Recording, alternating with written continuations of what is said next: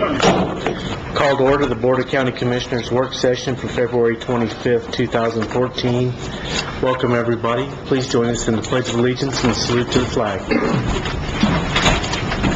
I pledge allegiance to the flag of the United States of America and to the republic for which it stands, one nation, under God, indivisible, with liberty and justice for all. I salute the flag of the state of New Mexico, the symbol of friendship among united cultures. Nice to have a full house today. I didn't get the blue memo, guys. Oh, You and Big Rob did last. where my pin goes. Thanks. Okay, first item on the agenda is to approve the work session agenda. Chair, I'd like to make a motion to approve the work session agenda. Can I second? The motion is second to approve the work session agenda. Is there any discussion on that motion? Seeing none, all those in favor signify by saying aye. Aye. Motion carries. The purpose of the county work session is to inform the Grant County Board of Commissioners of the agenda items that will be addressed at the next regular meeting, and for the department heads and other elected officials to communicate with commissioners in regard to matters of their respective departments. In accordance with Grant County Resolution 1301, we welcome the public to attend the county work session, but there will be no public input permitted at this meeting. So we'll move right into our first presentation today from the Nature Conservancy and Forest Products. Are they not here yet? Well, we'll move them a little further down the line and go into reviewing our regular meeting agenda. So, John, you want to take that? Mr. Chairman, Commissioners.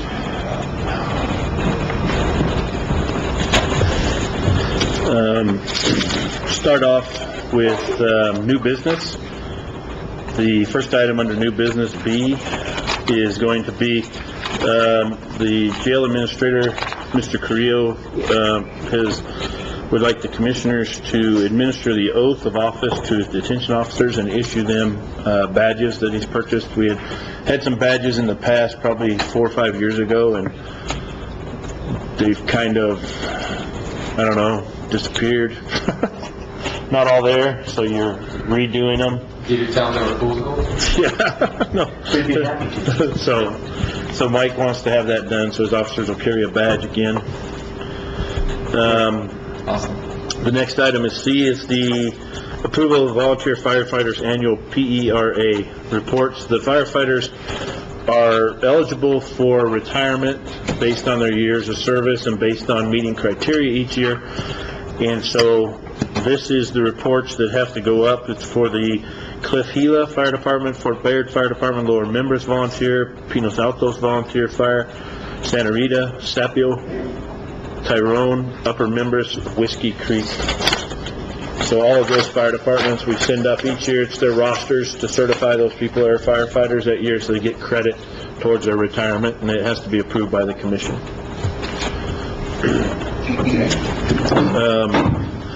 The next item is an inventory from the Grant County Assessor's Office to be transferred to the Public Works Department. It's the 2004 Chevy Blazer.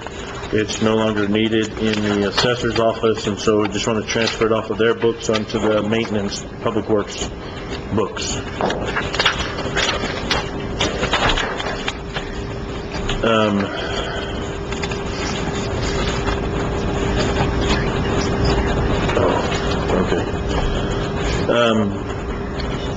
Where was it?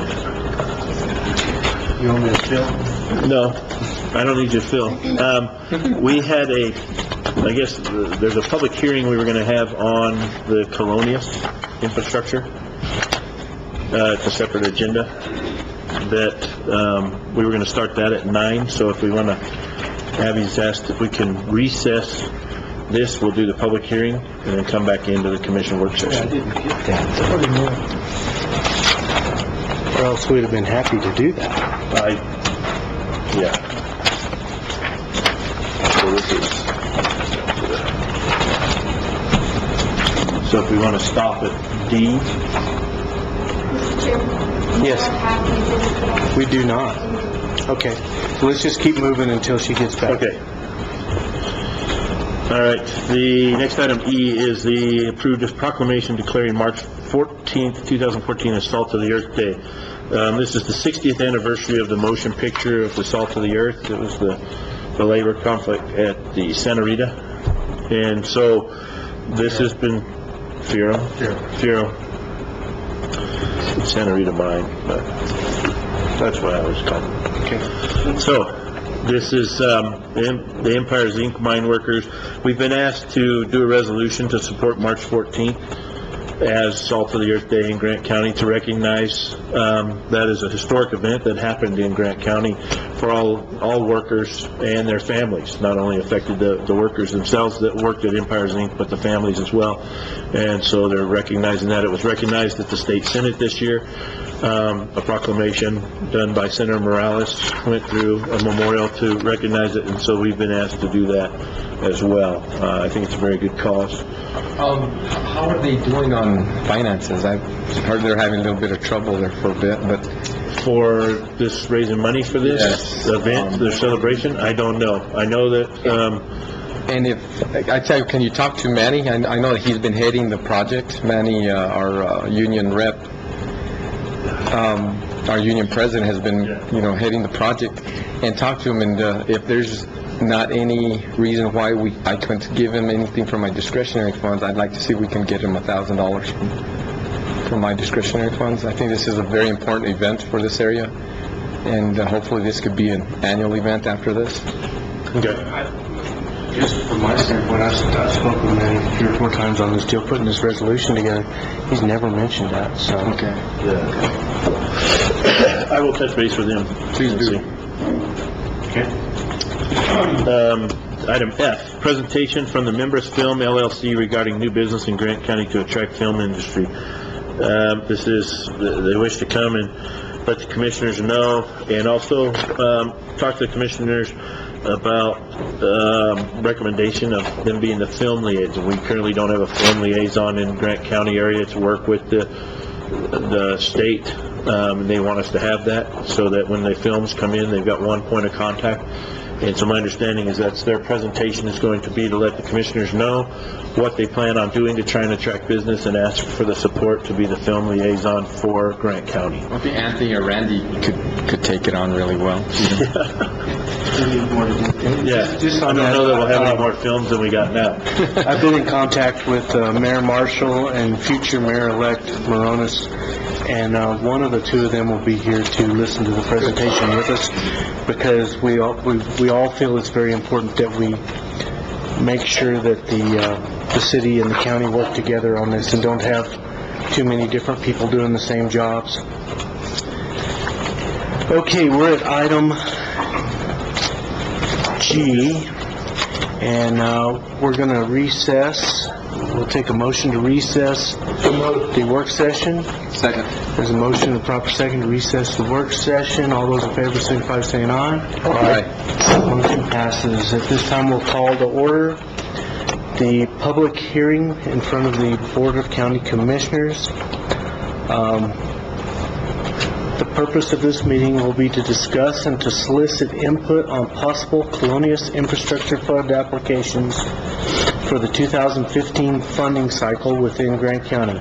It's estimated that approximately $14 million will be available through the Colonias Infrastructure Fund in this funding cycle. A colonia is defined as a rural community with a population of 25,000 or less that is located within 150 miles of the U.S.-Mexico border, and that has been designated as a colonia by the municipality due to a lack of potable water, or a lack of adequate sewage system, or a lack of decent, safe, and sanitary housing, and have been in existence prior to November 1990. The Colonias Infrastructure Act was adopted in 2010, establishing the Colonias Infrastructure Board and dedicating 5% of the state's annual senior severance tax bonds proceeds for a variety of infrastructure projects within the Colonias, including water, wastewater, solid waste disposal, flood control, road or housing projects. Written comments for those unable to attend the meeting must be received in Grant County no later than February 27, 2014, at the following address: the Grant County Administration Center, 1400 Highway 180 East, or P.O. Box 898, Silver City, New Mexico 88062.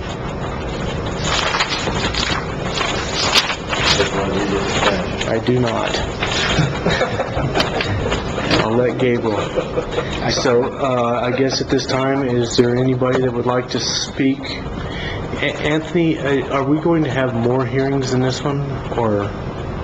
Actually, Mr. Chairman, this will probably be the last one because of time constraints and because of the fact that the actual workshops and everything kind of came out late this year, as did the CDBG. I think that there's kind of a rush on everything, so this will actually be the only public meeting for the Colonias.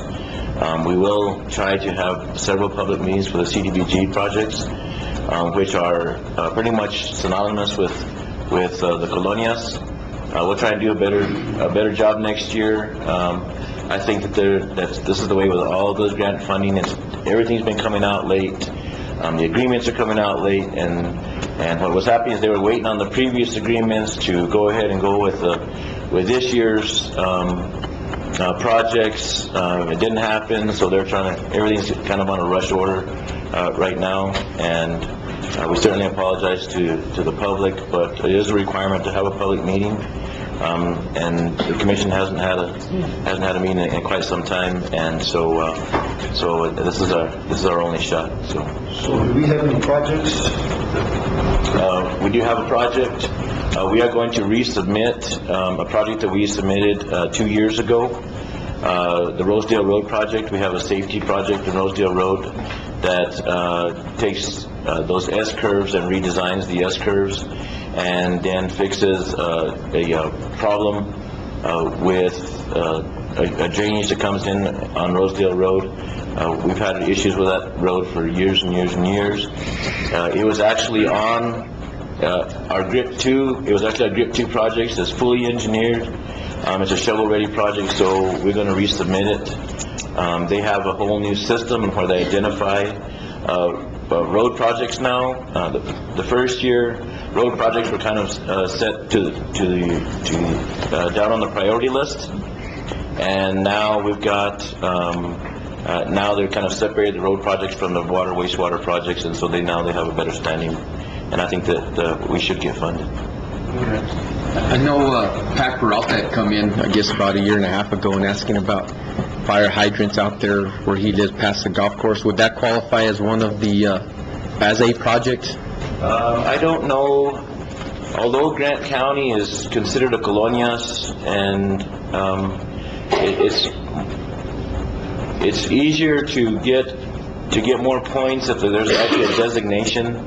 So I don't know if that area would be considered a colonia, so I think that we'd have to probably look into that.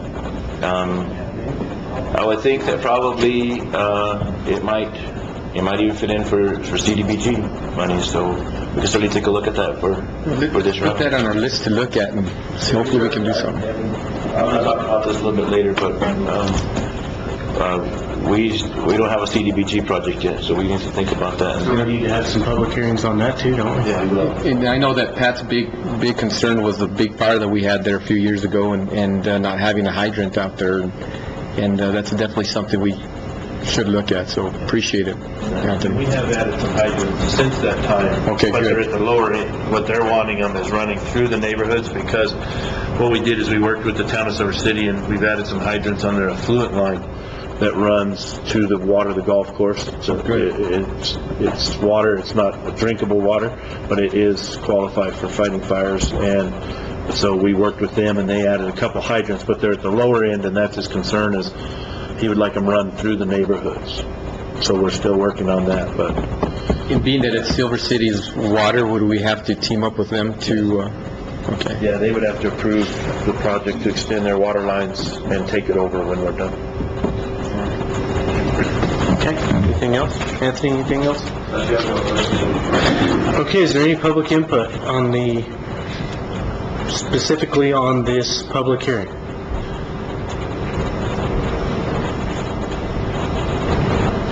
My name's Gary Staley. You might need to turn on the mic.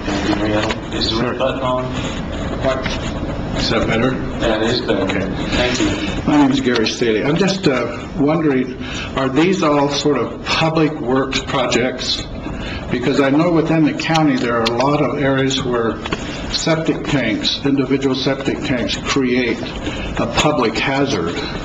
Has there been any study or work done to see if those kind of things can be addressed through this funding? Go ahead, Anthony. Mr. Chairman, Gary, we actually have been in conversation with Engineers, Inc. The USDA, about 3 weeks ago, tried to identify projects within the area for water, wastewater projects. I had several conversations with Engineers, Inc., and we identified a lot of areas that, for instance, the Indian Hills area that has water but no wastewater, and so we have a lot of areas like that. Silver Acres is another one. There's a lot of places that we've identified for those type of projects. What we did is we submitted a request for planning monies from the USDA to do exactly that, to have those things pre-engineered so that we would qualify for these types of projects. But yes, that's exactly the type of projects they're looking for. But at the same time, I would like to remind the Commission that those areas have to be identified colonias, and the cost-benefit ratio is a big factor, and also the need, whether or not there's high or low income in the area too, is a factor. Go ahead, John. Some of the issues we run into in some of these areas we've mentioned is that under CDBG and Colonias, we've got to serve a 51% low to moderate income. And so you get into some of the neighborhoods that you just can't meet that threshold. And so automatically the project is kicked out of the system because without meeting that. And so that's what we run into this. With the USDA monies that Anthony spoke of, that's not an issue, because what their thing is if you go in and you help an area, you just raise the rates of the sewer or whatever you got to do to pay for the project, and so they don't really care if it's as much as it's serving the low to moderate income as the Colonias and the CDBG programs. Anthony, is the COG still responsible for doing those surveys on the income and on the household? Do they still do that? They still do. The COG isn't necessarily responsible. We also have done surveys. The good thing about it is that most of them already have the data. The COG already has done, and most of them have the data, and since we haven't had a real big shift in the amount of residents in the areas, we're still able to use those numbers. But it is a requirement, both in pretty much all of the grant applications, that those surveys need to be done. We've been lucky enough to have that data already. Thank you, Anthony. Thank you, Mr. Staley, for your input. Is there anybody else that would like to speak in the public hearing today? Yes, John. Yeah, I just wanted to bring the Rosedale Road project that Anthony said is, I think it's a really good project, just for the fact is, as Anthony stated, we've gone through under the GRIP 2 monies and done all the studies, and basically the state held on to them and didn't approve our final certifications so that they could take back the monies to use them on the other projects they wanted out of GRIP 1, is really what happened with GRIP 2 funding. And so this is a project that we've spent money on engineering that has never been able to go anywhere, and this will finally give us an opportunity to use those dollars instead of just have them wasted. So that's why I think it's a really strong project for this. It'll bring that project off the shelf, use the taxpayer dollars that were already spent on it as the match, and so we won't have to put out additional monies. It just seems like it's the best way to go right now. There might be something out there that somebody says they feel is a stronger need because they don't drive down Rosedale. But that's what happens with every project that we do. It seems like last year's was engineering in North Hurley, and not everybody lives in North Hurley, so it doesn't benefit everybody. You've got to pick a section and try and develop it, and that's what we basically are doing. It's not for anybody specifically, it's just trying to do what we feel is the best interest of the public and the dollars we've already spent. Just one other thing is that I noticed here also described as a flood control. I know it's kind of funny to talk about flood control since we've got to have rain to do that, but we haven't had rain or snow. We are But we have had some areas, particularly in Mr. Ramos's district, where we've had some floods and stuff, and then also in mine, of course, as far as the Gila is concerned. Have we got any projects on the table in reference to that? I think whenever they mention flood control, Mr. Chairman and Commissioner, I think I think the flood control has to do with the local areas that are being affected. For instance, we didn't really have any substantial damage in the Cliff Gila area, so a project would be hard to substantiate. Now, in the Santa Clara area, I assume that you could probably justify a flood control project, but I think that might be out of our jurisdiction unless we have some sort of agreement with Santa Clara to go out for those monies. Okay. So I think that is certainly a possibility. I really haven't studied the flood control aspect of the colonias itself, so I will make that a priority. And just to add to that, Commissioner, Santa Clara is welcome to apply for these funds on their own for that, so. It'd probably be stronger if we team up together, right? In matter of fact, Mr. Chairman, Santa Clara has asked that we provide them with the information we have for that section of water line that we did a couple of years ago that wasn't funded through CDBG. And we, of course, assisted them with that information. That's going to be their Colonias application this year. They're feeling that they're going to run out of water this year, so they want to do that project. Well, I think they are too. Very possible. Okay, is there anybody else from the public that would like to speak in this public hearing? Seeing none, I'll take a motion to adjourn. Second. All those in favor, signify by saying aye. Aye.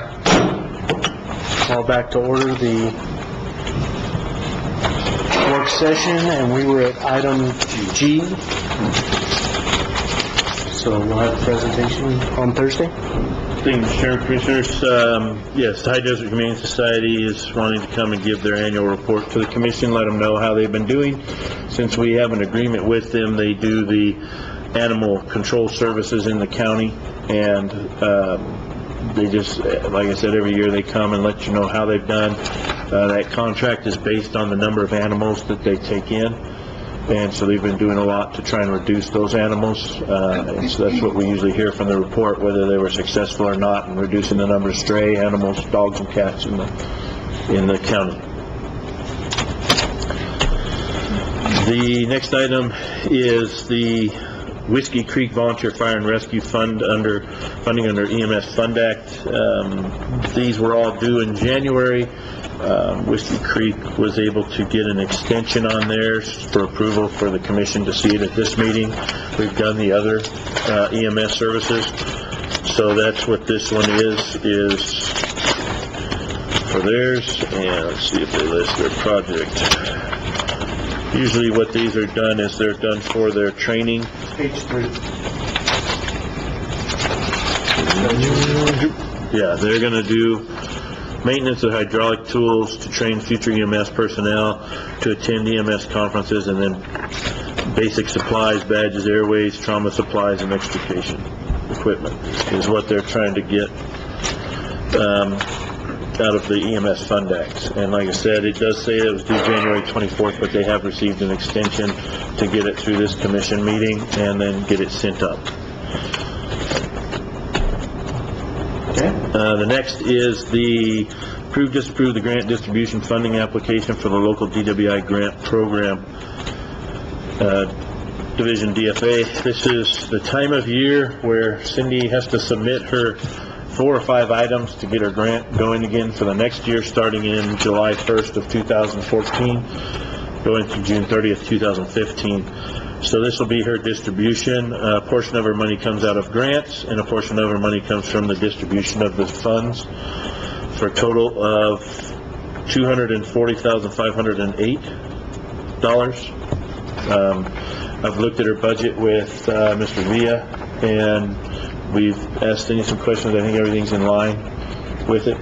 going forward. As far as we know, the $2 million that was stolen out of House Bill 2, which House Bill 2 died, it was not stolen out of the Senate budget bill that went through, so DWI should remain fully funded. And then they had a bill that went through to increase the funding, the distribution, for next year. And as far as I know, it went through, and it's at the governor's desk, and nothing's been signed yet because the governor's been out. So if that gets signed, there'll be an increase in distribution into funds into the programs so that the DWI programs can do more. A little scary for a while, huh, Cindy? It was pretty funny that morning. I walked in the Capitol and you come running up to me. I know, just don't worry yet.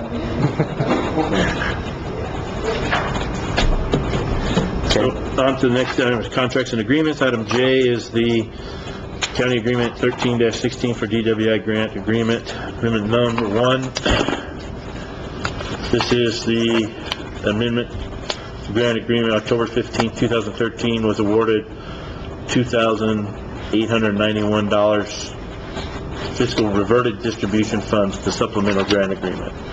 So this was, Cindy received $2,800 more off of her 2013. It was money that didn't get spent for the end of the year, it reverted back to us. So this is just to supplement that grant. Yeah. You lose it. Cindy does a very good job at making sure she uses all of her money, and they usually get a shot at some distributions. The next item is disapprove agreement to reclassify funds from the North Central New Mexico Economic Development District non-metro agency on aging direct purchase of services vendor.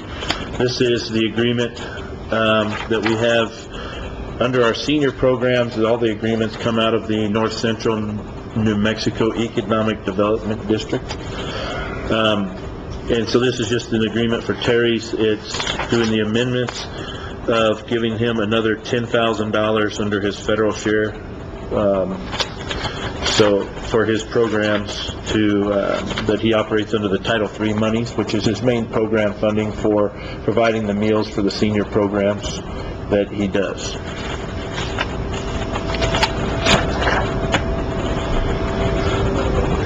The next is approve, disapprove, modification of grant agreement for USDA Forest Services. This is the agreement that the sheriff has every year with the Forest Service, where he does the patrols in the forest. It's part of our normal operating duties as we patrol. And so he gets to, they give him $28,500 each year. He had a carryover of $3,500 he didn't spend from last year that they're going to carry over into this year. So the 2014 will be $32,013. And mainly what that goes to pay for is, in the past, we've used it to pay for our officers' overtime if they're patrolling, or we've used it to buy equipment for the officers, provide some training and equipment for them. It's been a program we've had in place for many years now. The 8 years I've been here, we've always had this grant agreement, and it's grown from about a $20,000 grant to a $28,000 grant, so each year it comes up a little bit. This is the one the commissioners questioned last year, where we're cross-commissioning the Forest Service to do activities for us. Sheriff assured in the past that this is something that they help us out when we're out there looking for, whether it be drugs or incidents going on in the forest. It has them help us out, because the forests are in our purview, the forest roads, as being part of the county for patrol. This year, the equipment is going to be $7,000 that he's allowed in that. And he's going to buy wildfire protective gear. The sheriff would be here today, and I'll let you know, but they are in their CPR training and first aid training refreshers. So he and the undersheriff were unable to attend. The next is the Grant County DWI program for New Mexico Department of Health, Assurances and Cooperative Agreements. As part of the application that Cindy sends up every year, we have to do the assurances and cooperative agreement that we will follow all the regulations and requirements to spend the funding that we have with Department of Health and DFA. That goes along with her program, as well as the confidentiality, because there's some HIPAA regulations that are required to be followed as part of her program because she is collecting information about people. And so that's what this is. Every year we're required to do that, or else they will not authorize her to receive her grant and distribution funds. The next item in is the Grant County DWI Program and New Mexico Department of Finance Memorandum of Understanding. This is the agreement with Department of Finance that is setting up the program and assures that we will follow their requirements, their statutes, the HIPAA regulations. Upon the request of the agency, we will let them audit, we'll let them look at our files, make sure that we're following their programs. Cindy submits her quarterly reports to them. It kind of lays out her requirements to DFA so that they can continue to give her money. Red tape in that in it. Yeah. It's kind of their way of setting themselves up. If they want to get out, they've got a way to get out. So they can always find something if they wish. Going into resolutions, the first resolution, 14-05, Rosedale Road Colonia application. This is a resolution that will allow the commissioners to submit an application into the Colonias program based on a public hearing. And the project we were going to submit, and we didn't hear of any others, Rosedale Road will be our project that we go ahead and submit for the funding that year, unless the commissioners wish us to do something else. We've just prepared a resolution that has that one project on it, but right now I think that is the most viable project, just because of you wouldn't spend money in engineering and design of something else. We don't have anything else engineered or designed. Because of getting the Colonias agreement late from last year, we have not been able to do any of the design in North Hurley that we got awarded for last year, because the intent was we would get awarded early enough, do our design, and then come back for construction of drainage and improvements and sidewalks in the North Hurley area, which that'll have to wait until next year or the year after, depending on how long it takes to do the engineering and design work there, because we've just received those agreements to initiate that project. And so they'll go through and do the whole design of streets, drainage, curbs, gutters in North Hurley on that.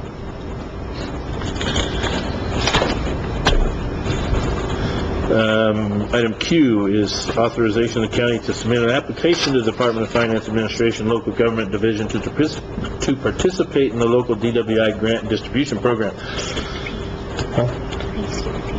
Did I skip P? Oh, sorry, skip P. Item P is acceptance of roads for maintenance in the Wind Canyon 2 subdivision. This is something we've been working on. Anthony, Earl, Abby, I think Dory, Frank. I mean, everybody. Yeah.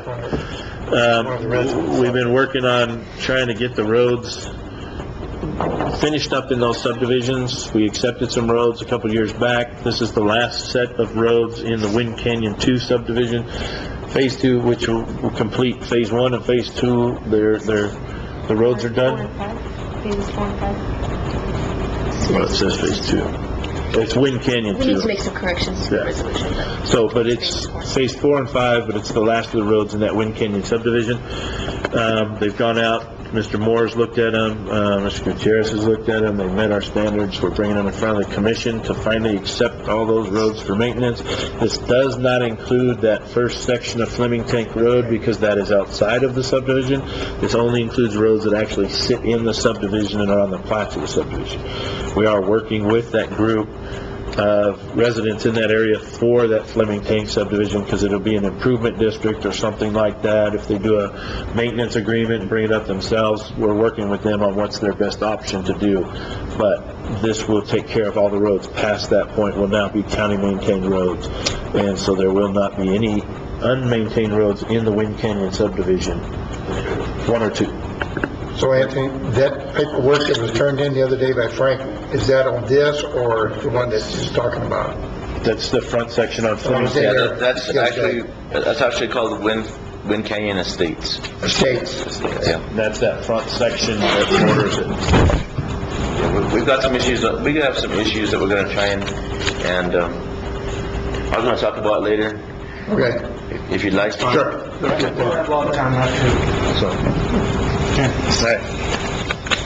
Now, on to Cindy. I was just trying to be done with Cindy, that's why I skipped you. She's waited diligently over this. The only meeting Cindy attends all year is to get all her stuff through, and the authorizing the county to submit the application to the Department of Finance Administration, Local Government Division to participate in the local DWI grant distribution program. This is the resolution to submit the application that gets Cindy her funding. So this is the last piece of it. It will basically encompass all those other pieces that we've done and her application. It'll be sent up to Department of Finance Administration. Typically in the past, which nothing is usual as it is in the past anymore, it seems like at Department of Finance Administration, they usually just go ahead and approve our agreements and send it back down to us, the application, send us the agreement so that Cindy can continue with her program, and she usually gets fully funded at the numbers that she submitted. Hopefully that's the same process that continues to happen, but DFA has been kind of shaky as to what happens when it gets up there. It's usually a quick process, so this money will start July 1st, 2014, like I said, and it'll go through June 30th, 2015 for Cindy to run her program. This isn't her only source of funding, but this is her major source of funding. She gets some other from the program that she does other things with through the courts or different through the clients themselves of her program. But this is her main source of funding that helps pay the bills to keep the program going. So,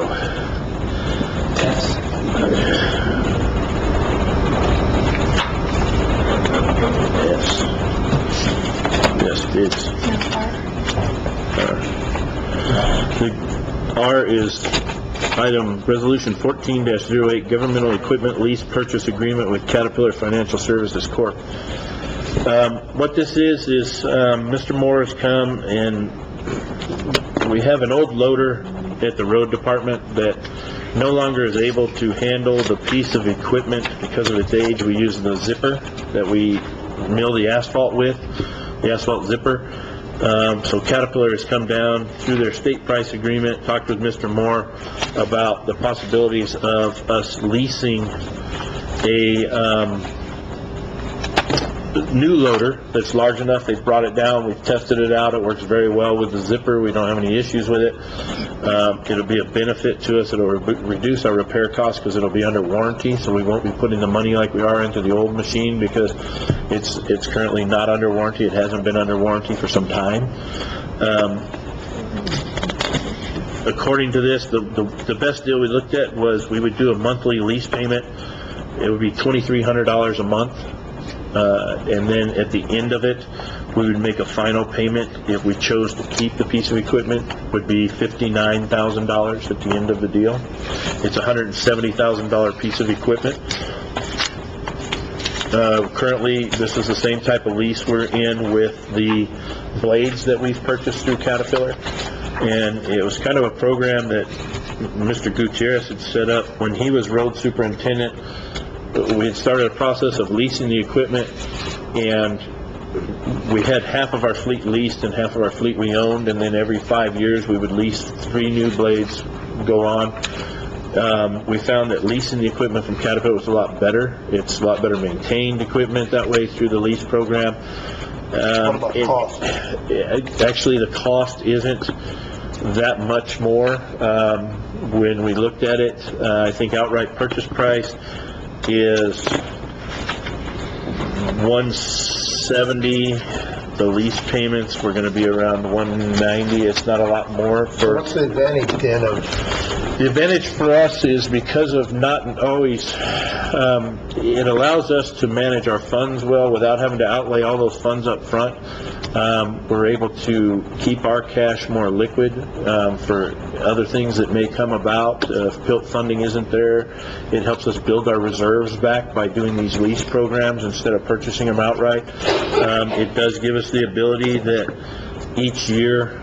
These leases have no penalty for early payoffs in them, so that we can go to legislature if it's a good year at legislature and possibly get some money to pay this equipment off.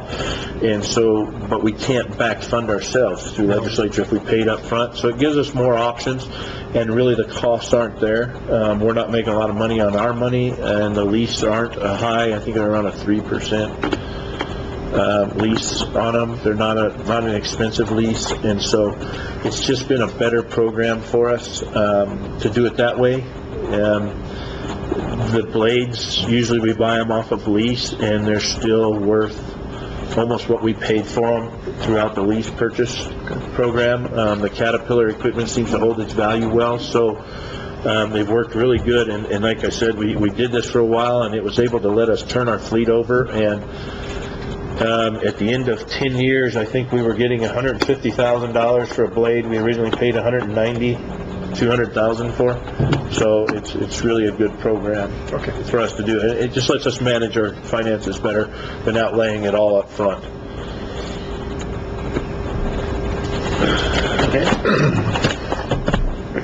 Now on to S, bids. The first one is we've gone out for bid for the assessment district, Viva Santa Rita subdivision, to bring Miners Legend Kneeling Nun up to county road standards. You have your memo in here from Mr. Moore. We received a total of 6 bids. When you see on page 2, they ranged from $120,000 to $333,000 for the same program. So there's a wide range. When we originally went into this, as part of the process and the statutes, the county can do the project if we wish to. If we feel we can do it cheaper, we had to go out and bid. So you see Mr. Moore saying at the county, the material cost would be $43,337.11. And so we can, as an option, if the commission wishes to, the county can purchase the materials and then do the labor, provide the labor and equipment to the project without charging the project for that. It is a viable solution under this. It will be paid for by the residents of that area.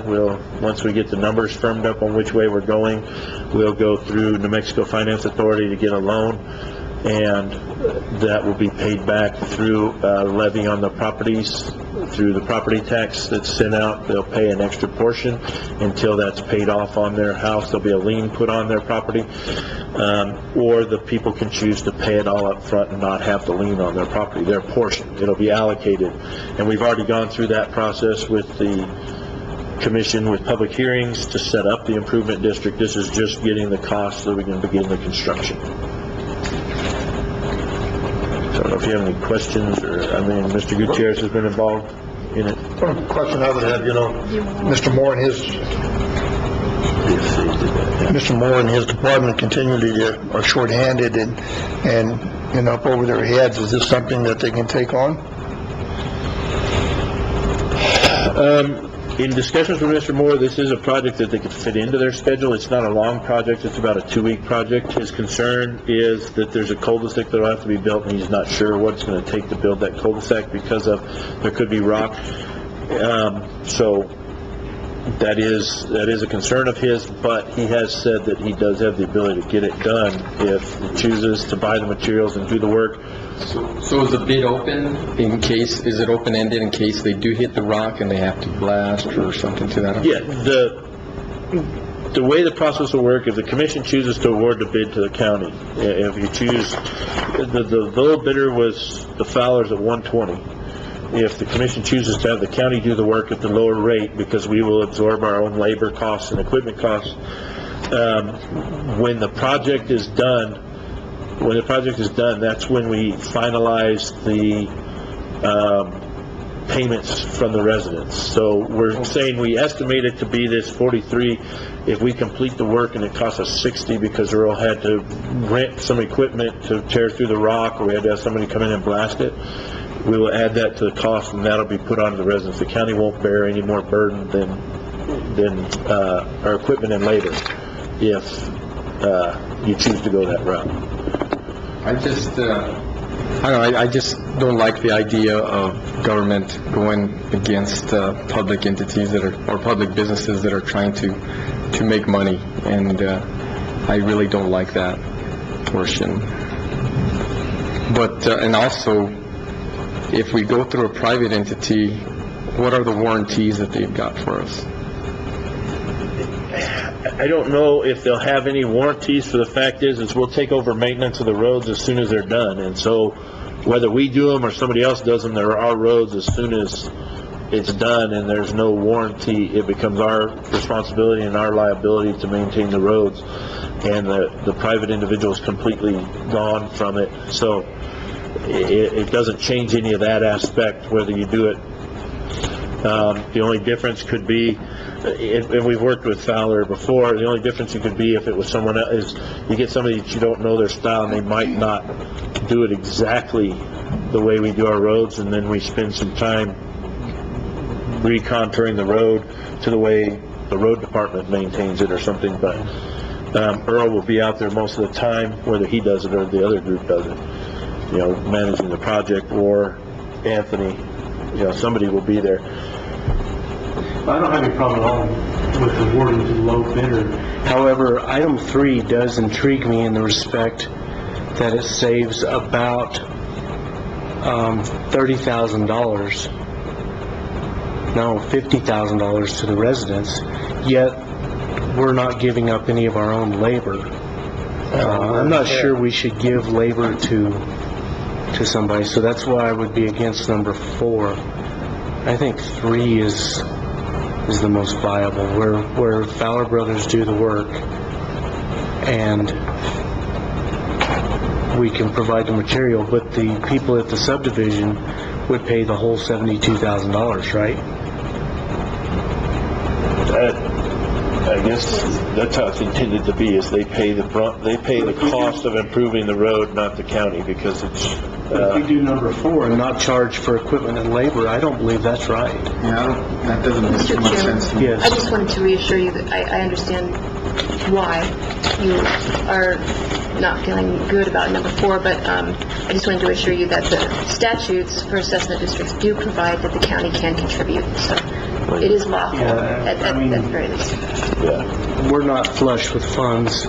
We're better run than most counties in the state, but we have several issues coming up in the future that could bite us, that we're watching very closely, and even though it's just a small number, I don't feel comfortable with doing that. And I'm glad you've looked up the anti-donation clause and make sure that's okay.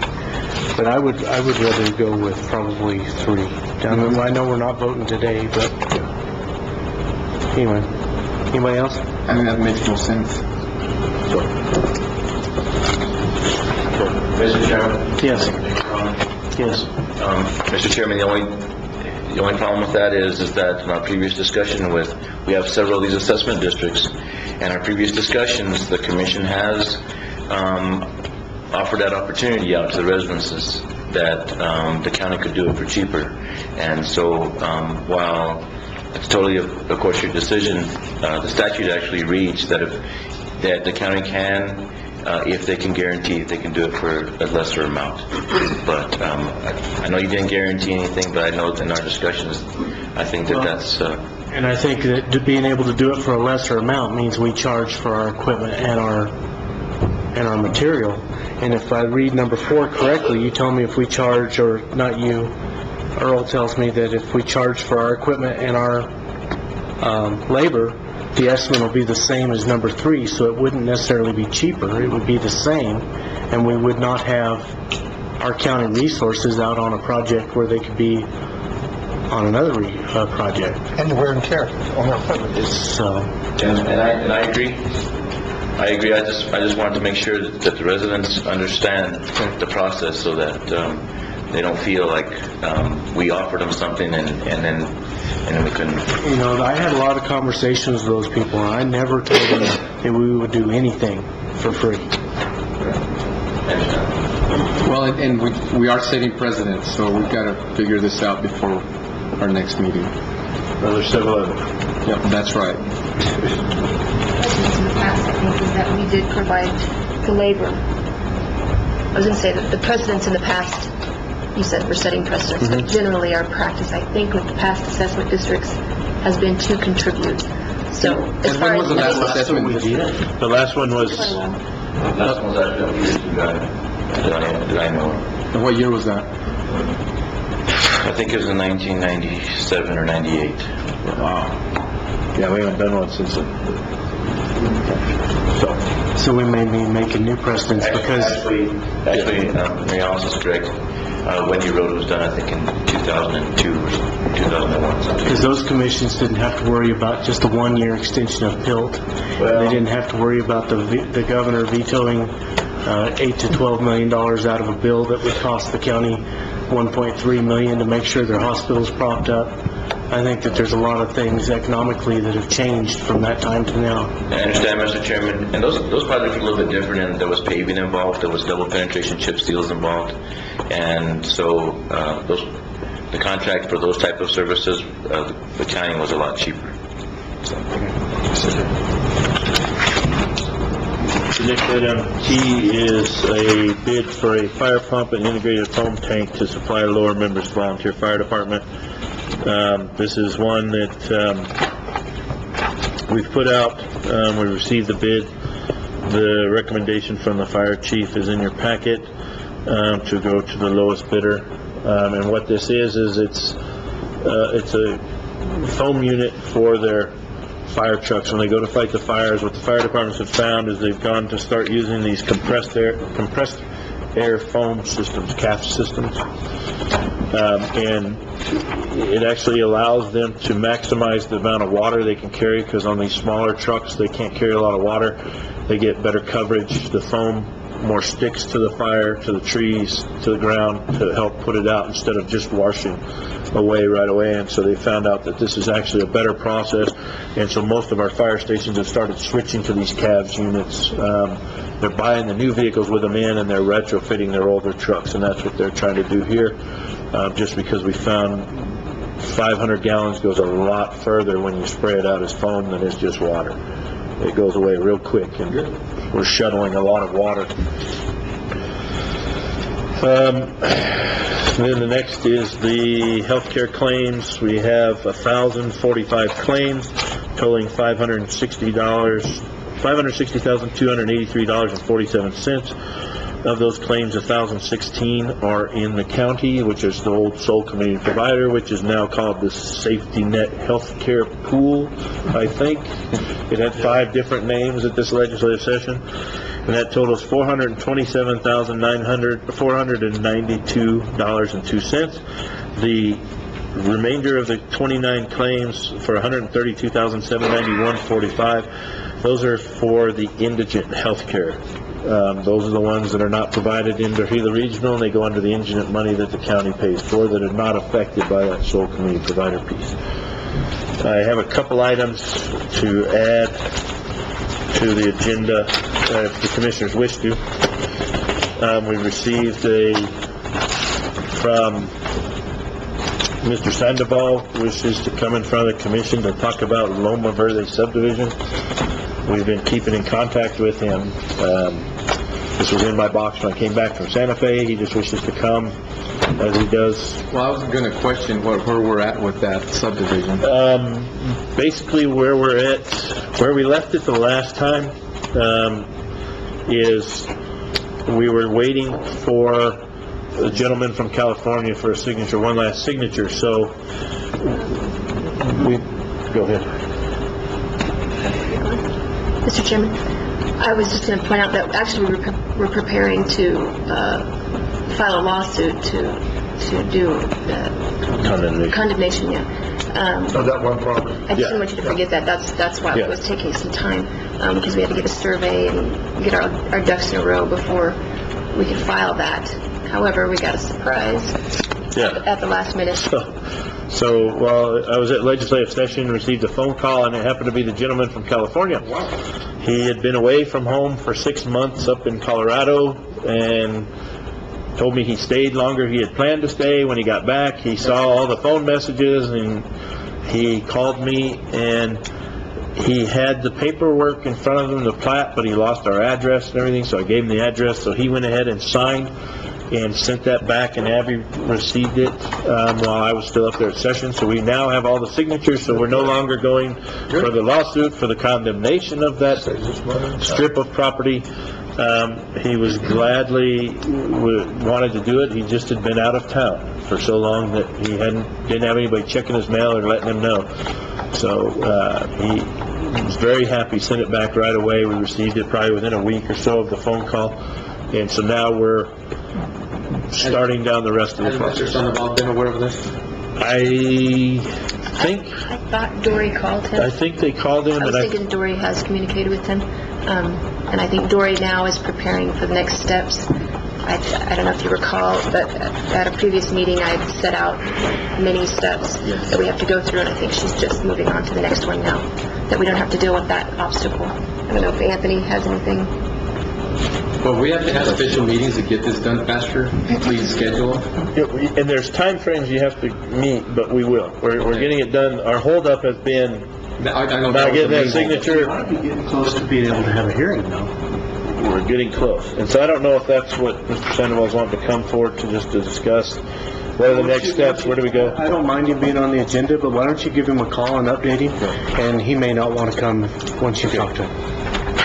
Do you have anything else for us? Chances are. The only other thing that I have is I hope that Dennis doesn't have, that Loma Verde is not the same, because we're not there yet, but I went back and looked on my computer.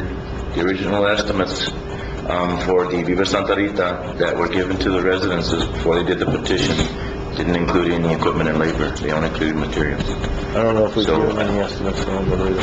I don't know if we've provided them with any estimates, so they have to have a better understanding of how much money they're going to have to pay. Thanks, Anthony, for clearing that up for us. Yeah, I just, whenever we had a discussion before, I thought, you know what, I better go back and check, and so that's why I went and checked right now. Okay, I'll take that into consideration then. And then the other item is we received from the Volunteer Center, they're asking the commissioners if you would do a proclamation to declare 2014 to proclaim 2014 as the year of the volunteer. We received it late, so I don't know if you would like us to try and put it on this agenda. We can add it to this agenda. It's a proclamation that we can add it to this agenda. Otherwise, we can call them and tell them that we'll do it in March because we didn't receive it. They put a date of the 13th on here, but we didn't receive it until later in February. It's just a proclamation. It's just a proclamation. That's just both sides. Okay. I'm aware of it. So we'll go ahead and add those two items. I think that's. I have one more. We're gonna, Senator Morales is gonna come give us an update on the legislative session on Thursday. All right, we'll add that under new business. We'll add the senator. You want us to put him at the top of new business? That's fine. The representative will be out of town tomorrow, but said he'd be happy to come in March and give us his perspective. So we'll get him set up. Okay. And then one other item under new business is we've had an opening on the lodger's tax for a while. We received a couple applicants.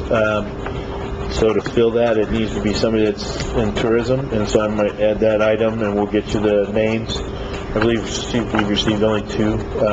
Can we have those prior to the meeting so we can Yes, look at no, it? and I believe the names are Lucy Whitmarsh and Scott Terry, the director of the chamber. Mr. Terry put in, he was here earlier, so I point back, he was here earlier and disappeared. He put in as well the other day, he gave us his letter, so we'll add that to the agenda that we've gotten those, so that the commissioners can pick one person to serve, and that will fill up that committee. We had a person that resigned off of it. So do we still have two chambers? Green chamber and... President of the Green Chamber in the audience. Yeah, there's the Green Chamber and there's the Silver City Grant County Chamber of Commerce. Are they working together, hopefully? I do not know. I haven't spoke with the chambers I'm on each suggesting, I mean, other. I'm assuming they have the same goals, I mean. Yeah, no, I haven't had a conversation with either one of the chambers about the other or what they're doing with them. I've spoke with Mr. Terry up in Santa Fe. He was at the Chamber of Commerce event they had there for the legislators, representing Grant County, but we didn't discuss any of his involvement with the Green Chamber. I just wouldn't want to see a waste of funds of, I mean, having both when they're fighting for the same I understand. same outcome. Yeah. So we'll add those two. I think I'm through. We're done with the agenda? Okay, I think at this time we'll, are we ready for our presentation? You guys are ready? Okay. Then why don't we take about a 15-minute recess and let them get set up, or 5 or 10-minute recess, whatever it takes.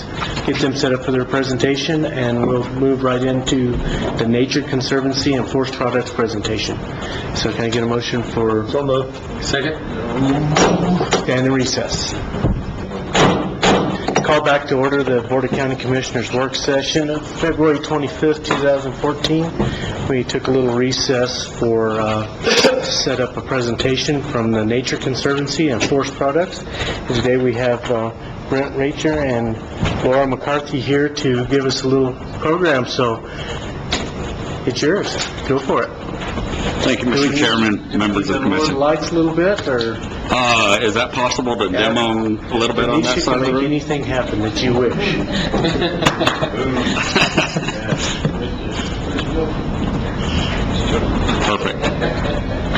Perfect. Can everybody in the audience see? If you can't, you're welcome to bring your chair up closer. Thank you for allowing us to be here today. Again, I'm Brent Racher. I'm the president of the New Mexico Forest Industry Association. We're an association of businesses in the state that do thinning, logging, manufacturing, and, you know, we're formed to be a statewide voice for those business owners and entities in the state. As it says up here, you know, our belief, our motto is that behind every healthy forest is a healthy forest industry, because we are the people that are out there doing it. I'm Laura McCarthy. I'm with the Nature Conservancy. You may know my colleague, Martha Schumann Cooper, who lives in the Cliff Gila Valley. The Nature Conservancy takes kind of an unusual approach to conservation in that we are very pragmatic and solution-oriented, which is why we've teamed up with the New Mexico Forest Industry Association to address the issue of wildfire and water source protection that we're here to talk about today.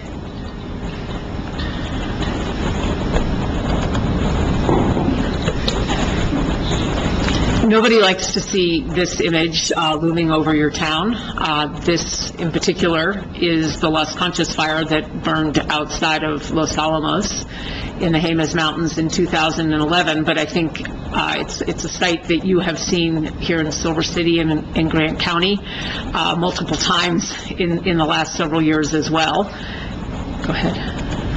And what we're here to talk about is what happens after wildfire of that magnitude. And in particular, our concern is the increasing areas of high severity burn, that is, burn that pretty much wipes out all the vegetation and does significant damage to the soils.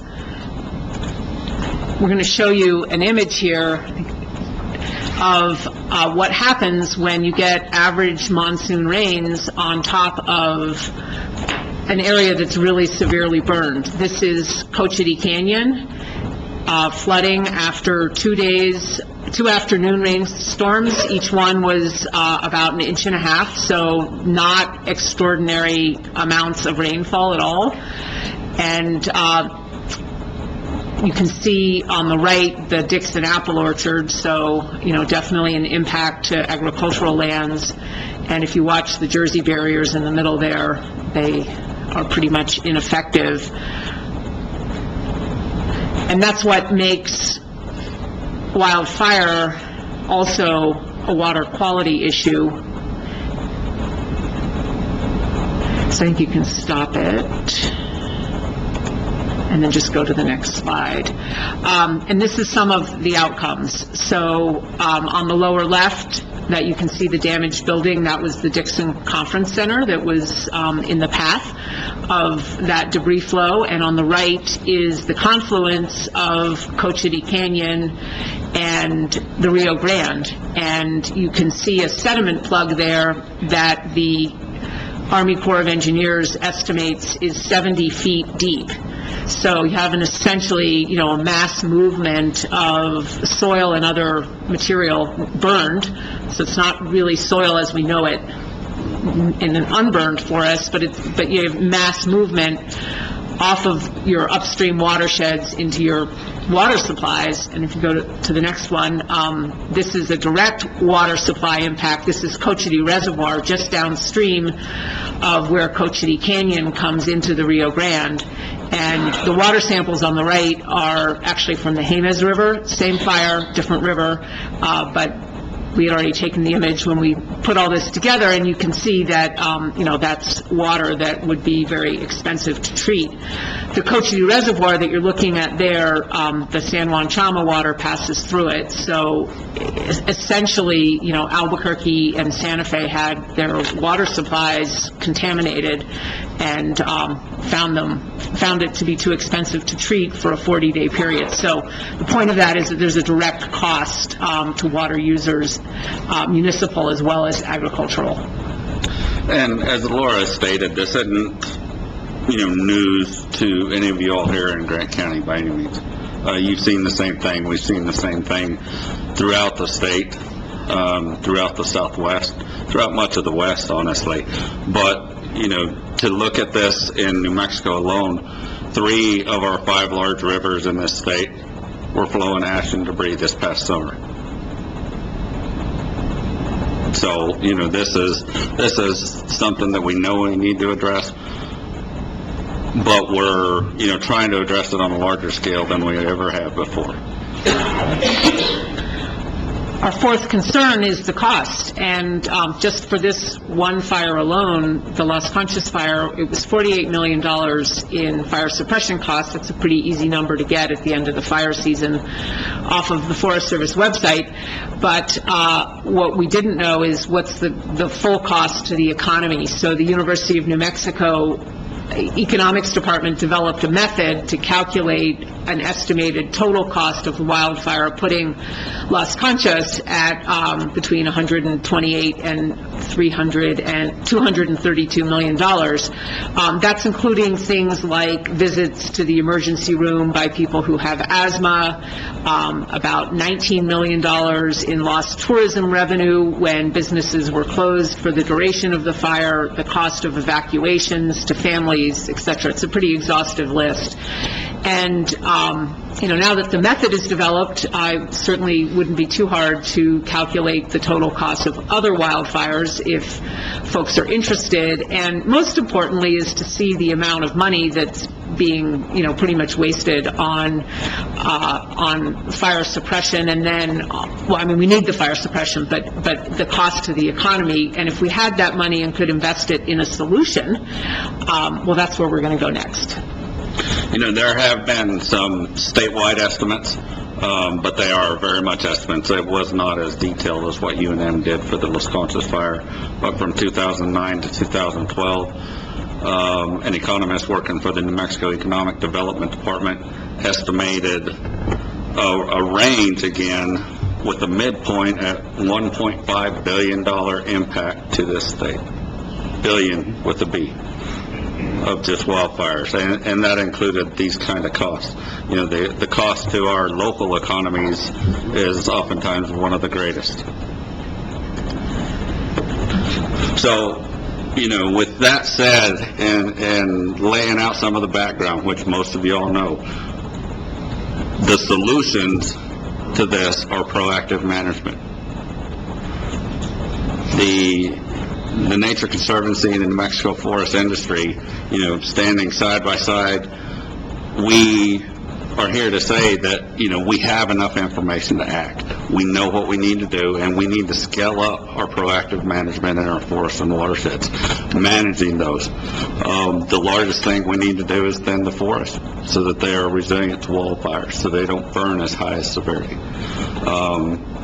We need to do some stream restoration in many areas. The flood mitigation is mainly post-wildfire. As a state, honestly, as a nation, we are reacting, and I say reacting because this is something that we are reacting to, these wildfires very poorly. We are putting less and less into rehabilitation and managing the post-fire effects. The problem is, and why we have this up here, we're so far behind on the scale of this problem that we know even if we start today, it's going to be 10, 15, 20 years before we can catch up. So we need to manage, and do more flood mitigation, do that better for the future, because we know we're still going to have areas burn. And lastly, fire management, both getting fire back into these systems to manage them long term, to maintain thinning treatments that we put in, to maintain the watersheds over time. That's very important for the longevity for our children and our grandchildren. Currently in New Mexico,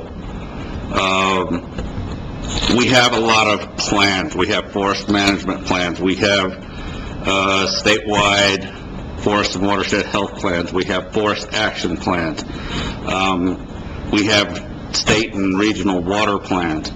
And through all these plans and efforts, we currently treat somewhere between 8,000 and 10,000 acres a year in our forests and watersheds.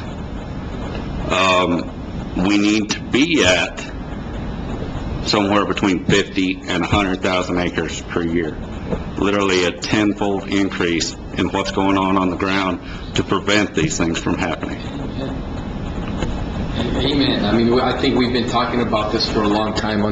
Unfortunately, there's some things that have been stopping it for quite a while, and I'm glad we're coming to our senses and getting this done, and at least getting it started. So, I mean, I applaud you for coming together and doing this. This is awesome. Well, we do. I mean, I think we agree on this. We know what needs to be done. We've just got to make it happen, and that's what we're trying to do, is provide that coordination, trying to provide that, impetus to get things over the bar a little bit. So, in laying out solutions, that's what we're here today, is to try to find a path forward for all of us together.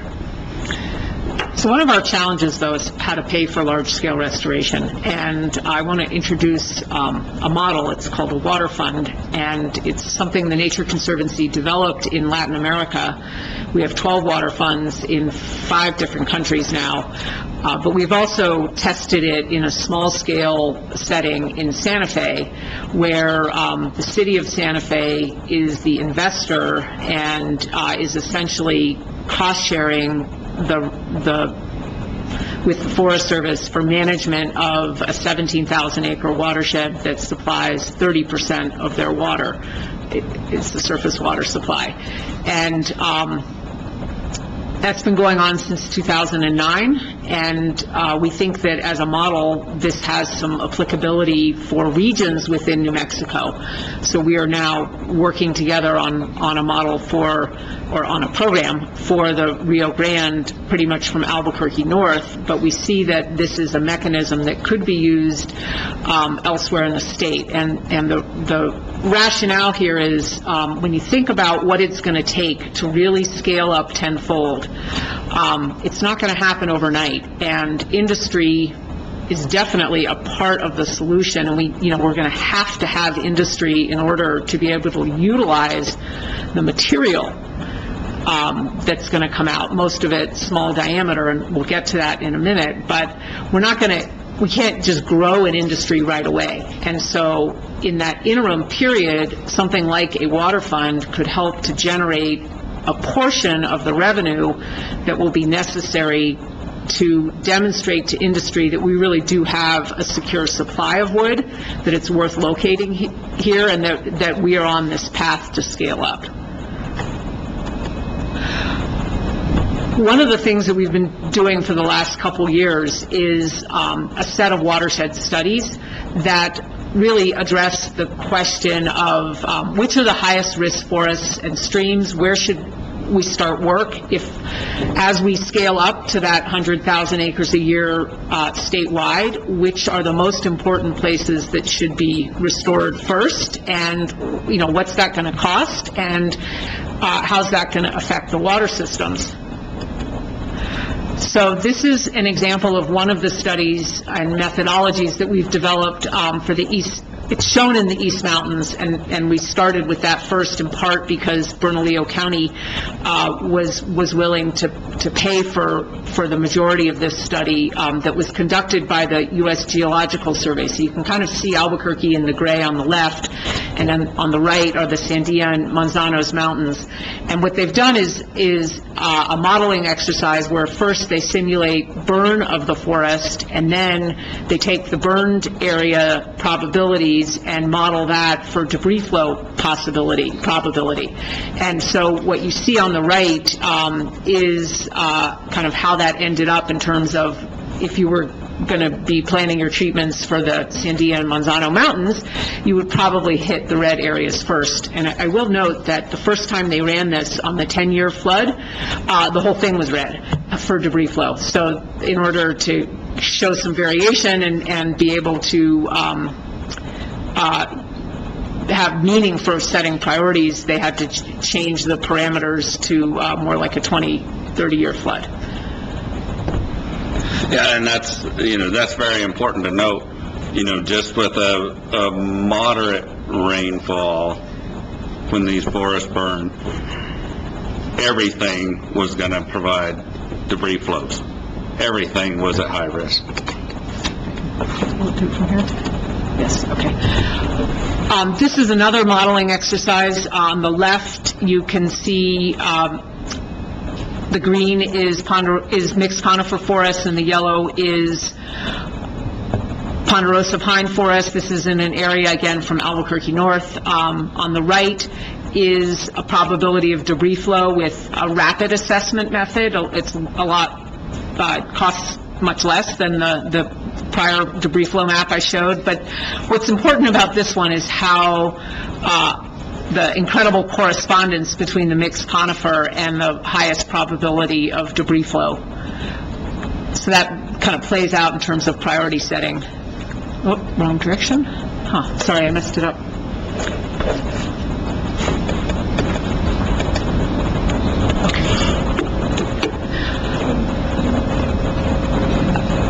One other thing to consider here is the impact that thinning, say, if we're successful at getting up to a scale of 100,000 acres a year statewide, what that's going to do for our water supplies.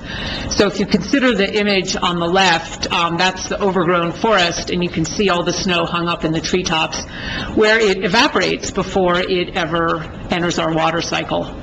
If you open up the forest, as is shown in the image top right, you can see that the snowpack is accumulating under those trees. They're open enough that snow can actually reach the ground, but they're close enough together that the snow is still shaded so that the snowpack persists further into the spring. And then on the bottom right is a burned forest, and a recent study was just completed in Las Conchas burned areas that showed that while in a burned area, there's nothing intercepting the snow, but the sun and wind are so intense that you actually, by the time you get around to snow melt, you have 50% less snowpack. So I guess the point of this is that if we do nothing, we're probably going to be making our water situation worse in the long run.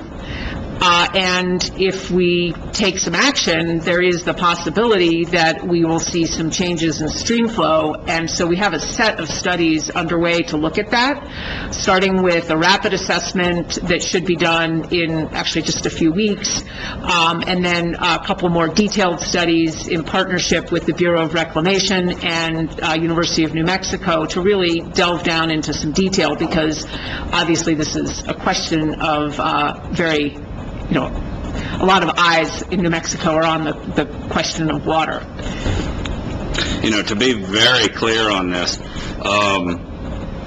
making our watersheds function properly and like they have in the past does not provide new water. Our intent is to manage the watershed so that it functioned like it did when water rights were allocated in the past. This isn't going to produce new water with new water rights. This is going to allow the watersheds to function so that the water rights that exist have the ability to be filled. Okay, what's your question? When we look at our forests and the extent of the problem, from the industry side, we have a solid idea of what we're dealing with. And, the forest on the left, you see a lot of little stuff, and that's what we're dealing with. Going to an industry that's just sawmills, that's just based upon larger diameter timber is not what we need to do, because those industries alone can't survive by themselves. About 70% of the wood that needs to come out of the forest for it to be resilient, for it to function as a proper watershed, and for it to be restored to a manageable condition, is honestly low quality, what I call junk biomass. A conservative estimate is that there are 20 bone-dry tons per acre of material that need to come out of these forests. And we are talking millions of acres statewide. When we start doing that, we can make sawmills function again with that 30% of the wood, but we've got to find a home for that 70%. And that is, one of the most difficult parts, because the 30% can pay for itself, the 70% likely can't. When we do this, when we find a home for this material where it can be taken out, because we can't leave it all in the woods, we start creating jobs in our community. We start growing businesses in our community. In some of the Rio Grande areas where we've really focused and worked on some of the economic development pieces, we're looking at 300 to 600 jobs grown there and sustainable long-term. Statewide, some of the things that went into the Jobs Council this past summer that Speaker Martinez and Senator Papin kind of put together and operated was that we should have somewhere between 1,100 and 1,300 jobs statewide growth. And those jobs are going to last forever. When we look at that, 30% of the wood that is higher quality, that can be sustained on a long-term basis, we have, from the bottom up, we have our lumber, we have our Southwest Construction, we have homes for that. Some of the smaller diameter stuff can make shavings, posts and poles. And a lot of the smaller material can make mulch and compost. There's bark that can come off of these. Those are markets that exist and are strong. But with the 70% of the material, things like mulch and compost is not a large enough market, is not a deep enough market to manage all the material that needs to come out of these areas. And that's where we have to look at other things. Thermal heating and cooling on a commercial scale, on an industrial scale. Electrical generation, that technology is there. Biofuels production. Those are markets that are deep enough. We use enough energy as a society, and we use it here locally, that we can solve this problem if we are part of the solution at multiple levels. And while we're doing all these things, while we're moving this wood, we're not just creating jobs in the forest, but we're creating jobs in our community, in the manufacturing, in the processing, and in operating these facilities. We've been talking to a lot of different people, and we have an advisory board that's Rio Grande focused that's been helping us, and I'll just kind of run through some of them. Water utilities, I can't actually see them, so hopefully I can remember them. Federal agencies, especially Forest Service, we've been spending a lot of time with them. Also the Army Corps of Engineers, the Geological Survey, Bureau of Reclamation, Valles Caldera, BLM, and some others. We really appreciate the opportunity to present to this county commission, and we've done so to others, also the New Mexico Association of Counties and some of the city councils. Business organizations are really supportive of this, especially the statewide New Mexico Association for Commerce and Industry, as well as a number of smaller chambers of commerce. The Acequia Association sits on the advisory board. We have university partners, as we've mentioned, sportsmen's groups and other conservation entities, as well as recreation users. No idea what that says. State agencies. Okay, so the water state agencies and the forest state agencies, there's a set of them. The Office of State Engineer Interstate Stream Commission is actually putting some money into the studies. MNERD, Environment Department, the Economic Development Department are all engaged with us, having conversations. Private watershed or private lands associations, maybe not so many private lands in the forested areas down here, but up north there certainly are. The New Mexico Watershed and Dam Owners Coalition provided 25% of their annual budget into one of the studies. The national labs, corporations have been among the first donors to the Water Fund, and in particular Lowe's with the Home Improvement Company, but also Intel, General Mills, a couple of banks, Bank of Albuquerque and Wells Fargo. The Department of Insurance, Commissioner or Superintendent Franchini is very interested in this. He knows a fair amount about the wood industry because forest workers had a workers' compensation issue that he's dealt with, and there is definitely the insurance industry as a whole is very interested in having this problem solved. We've presented to a number of the legislative interim committees and expect to be doing that in this coming interim session, and I think we're going to wrap up with a description of that and perhaps how this county commission can get involved. Agricultural groups, we've presented to the Farm Bureau, to the Joint Stockman's annual meeting this year. We have irrigation districts that we're in conversations with, Pueblos and tribes are involved, and the Land Grant Council. So to give an idea of where things are statewide, the Rio Grande itself is an area that some of this concept was started in, and that was because of some strong engagement by the business community in Albuquerque. And so there are those watershed studies that Laura talked about underway under that advisory board. Those efforts are being put together statewide. There is a comprehensive plan, a draft of which will be ready this June. And that comprehensive plan takes in, we're keeping it honestly nice and short, 50 pages. But it takes in, economic development, it takes in what's ready, what's not, how we integrate with federal lands and tribal lands and the various lands ownerships. It contemplates the role of federal and state and local entities and private businesses, both private businesses from the corporate donations into the waterfront, as well as leveraging private investment. If we just try to do this with public dollars, with allocated dollars, we're probably not going to get there. We, the private industry, need to see some stability and we oftentimes are ready to invest. But if we don't see that stability, we're not going to get there. I've got a question. Yes, sir. And actually, refers to the previous slide. We've done several mitigation type projects, not only extreme restoration type projects, but flood control type projects. And I appreciate you guys' effort and the collaboration you have with all these agencies.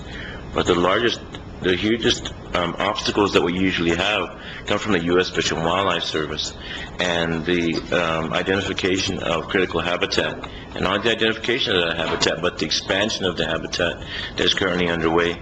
I think that you can collaborate with all these agencies, you can put all of this work together, but that agency can certainly put a halt to all of your efforts, can certainly make all of your efforts extremely difficult. And I saw your slide up there, and that's the first thing that came to me is, why isn't the U.S. Fish and Wildlife Service on there? Because that's the biggest obstacle that you usually have. Very good point. Thank you.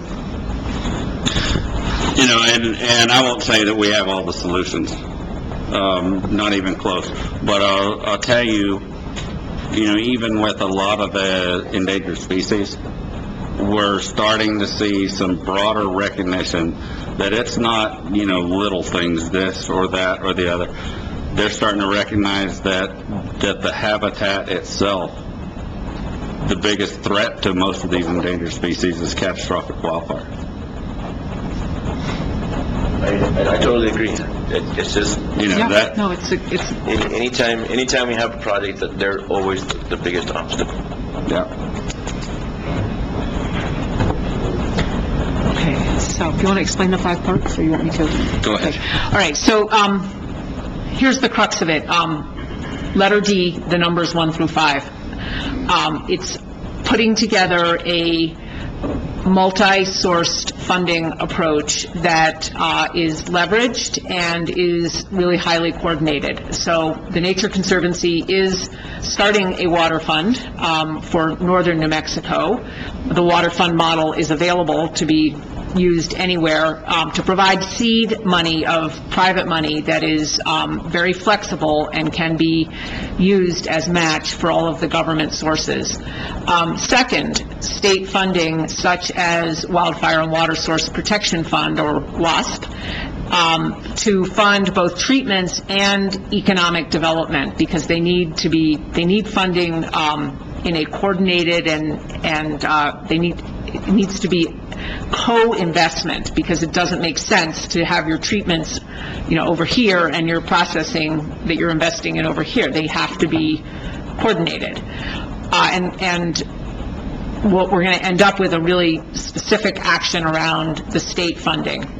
But part of the whole picture includes number 3, which is resources that counties, cities, tribes, irrigation districts, and others can bring to help pay for treatments, not to bear the whole burden of the cost, but to have a little bit of skin in the game, to make a co-investment.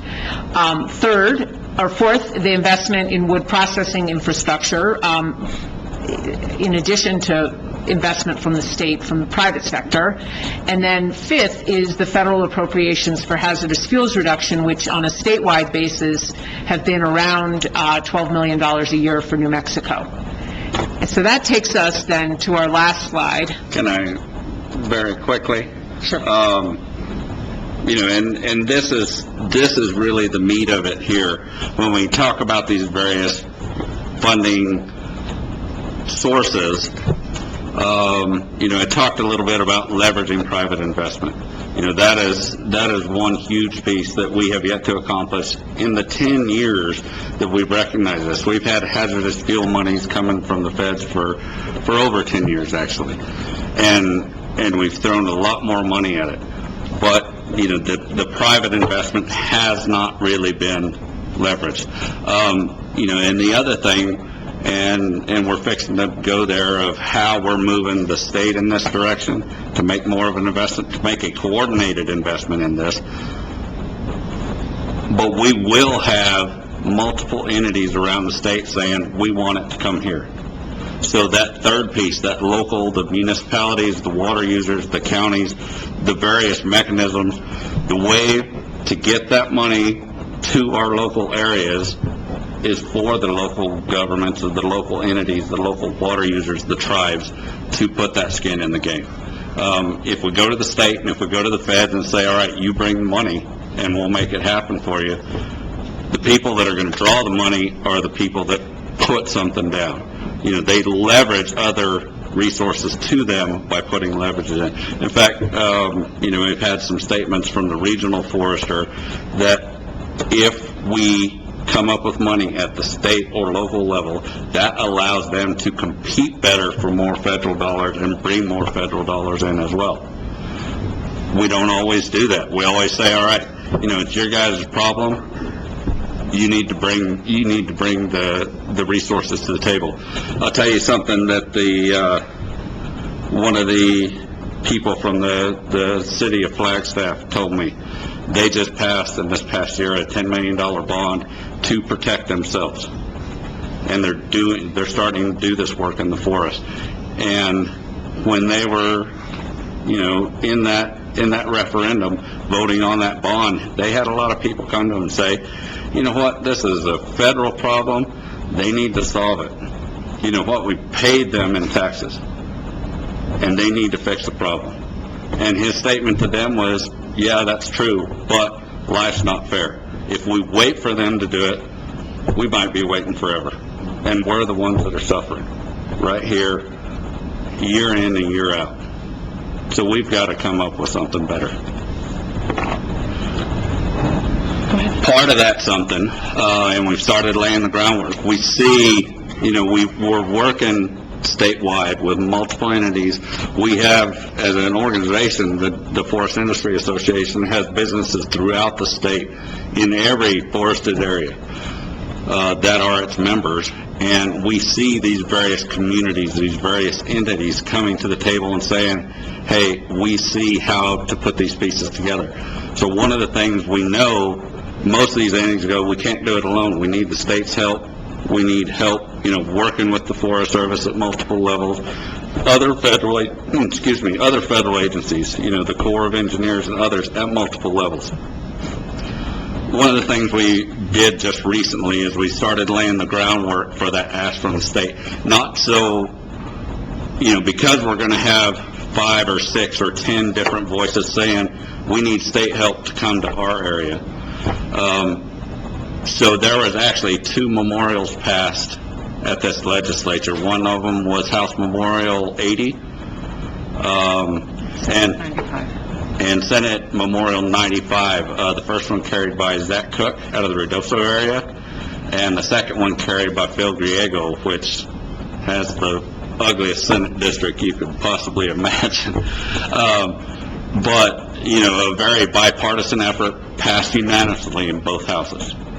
And what that says, I know John can show you guys where that is and let you look at it if you need to.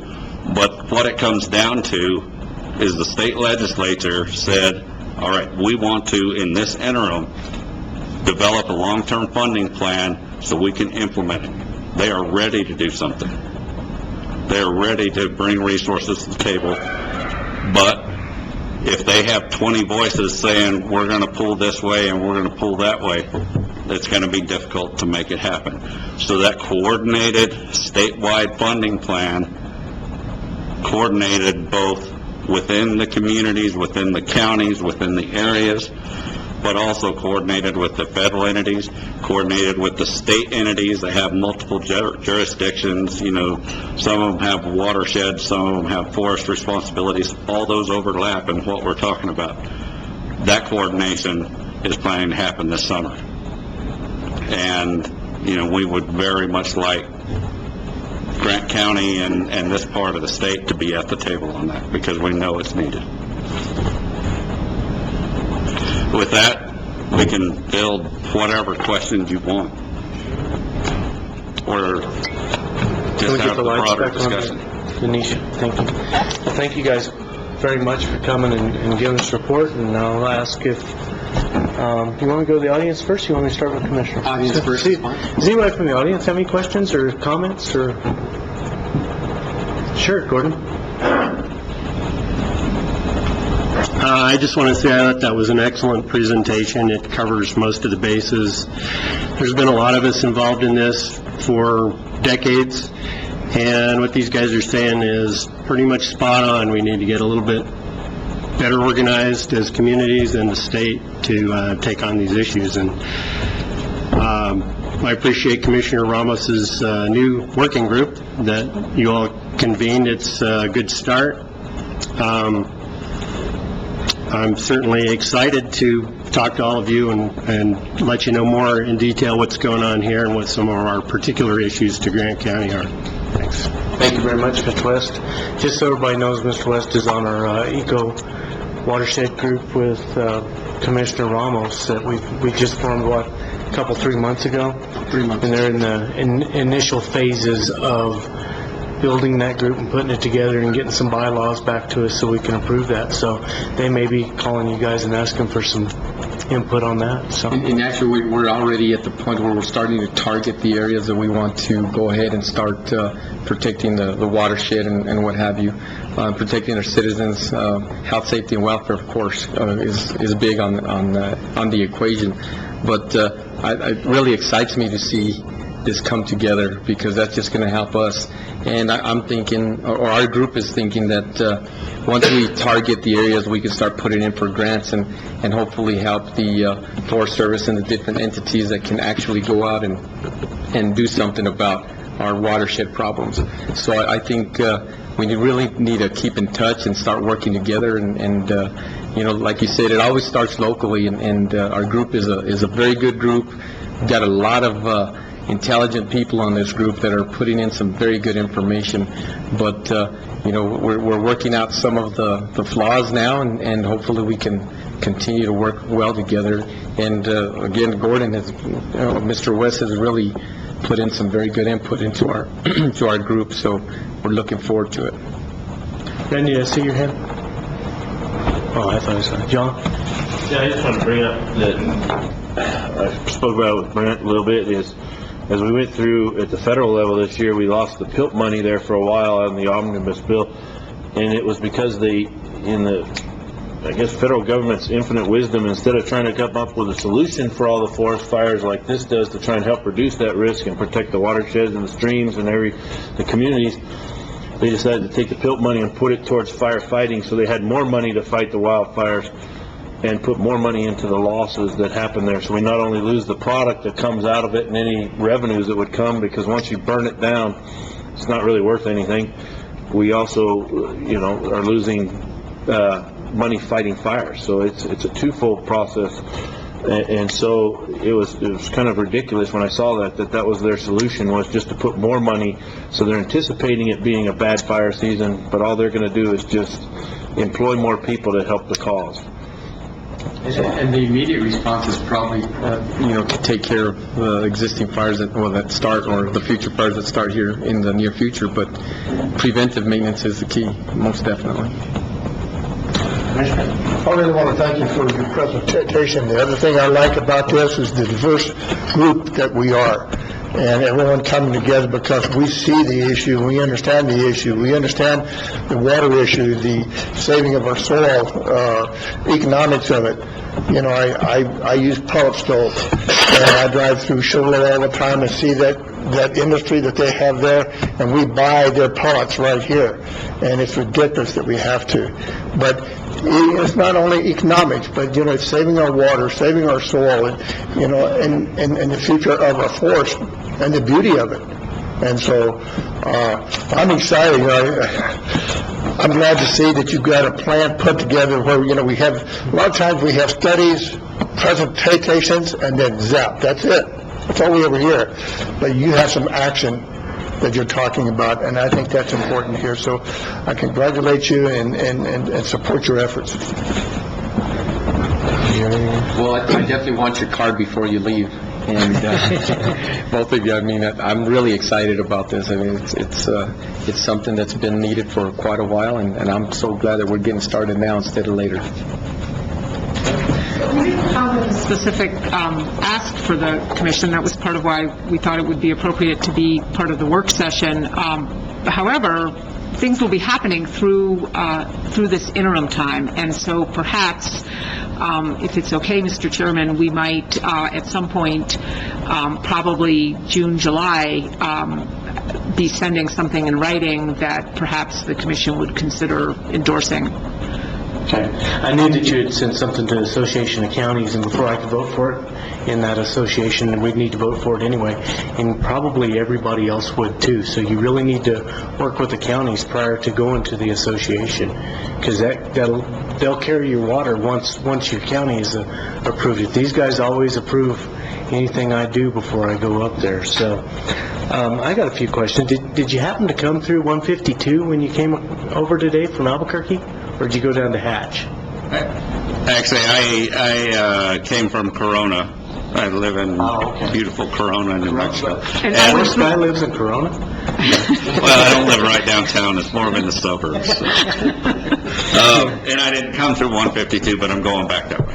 Okay. Did you come through that? I went through Reserve. Oh, you came the other way. Okay. Well, when you go over, you'll see that we have some pretty good-sized fires also. That wasn't our biggest. You went through the biggest when you came through up in Reserve in that area. But I love your proactive approach. I think that the state and the federal government only having 8,000 to 10,000 acres a year is almost disgraceful. I'm not sure that 100,000 a year, that's a nice goal. I'm not sure that's even close to enough. It's just not very much when you talk about 3 million. Grant County is the definition of mixed conifer. Just look, that's what we have. It's just not very much. So everything you talked about today, you talked about in the north side of the state. What can we do to be more involved and get the largest national forest in New Mexico involved in this? Honestly, Mr. Chair, members of the commission, we can't do it. I can't do it from Corona. Laura can't do it from Albuquerque or Santa Fe.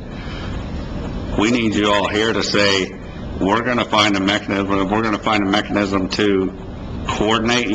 We offered up a concept today, but we need it here. We need, I could speak for some of our businesses somewhat, but they need that coordination. They need the impetus to invest. They need the impetus to grow and hire people. That's what we need as businesses. Right now, we don't have that. We need that coordination that, soil and water districts and counties and, state agencies, all of them that have watershed and forest authorities and monies.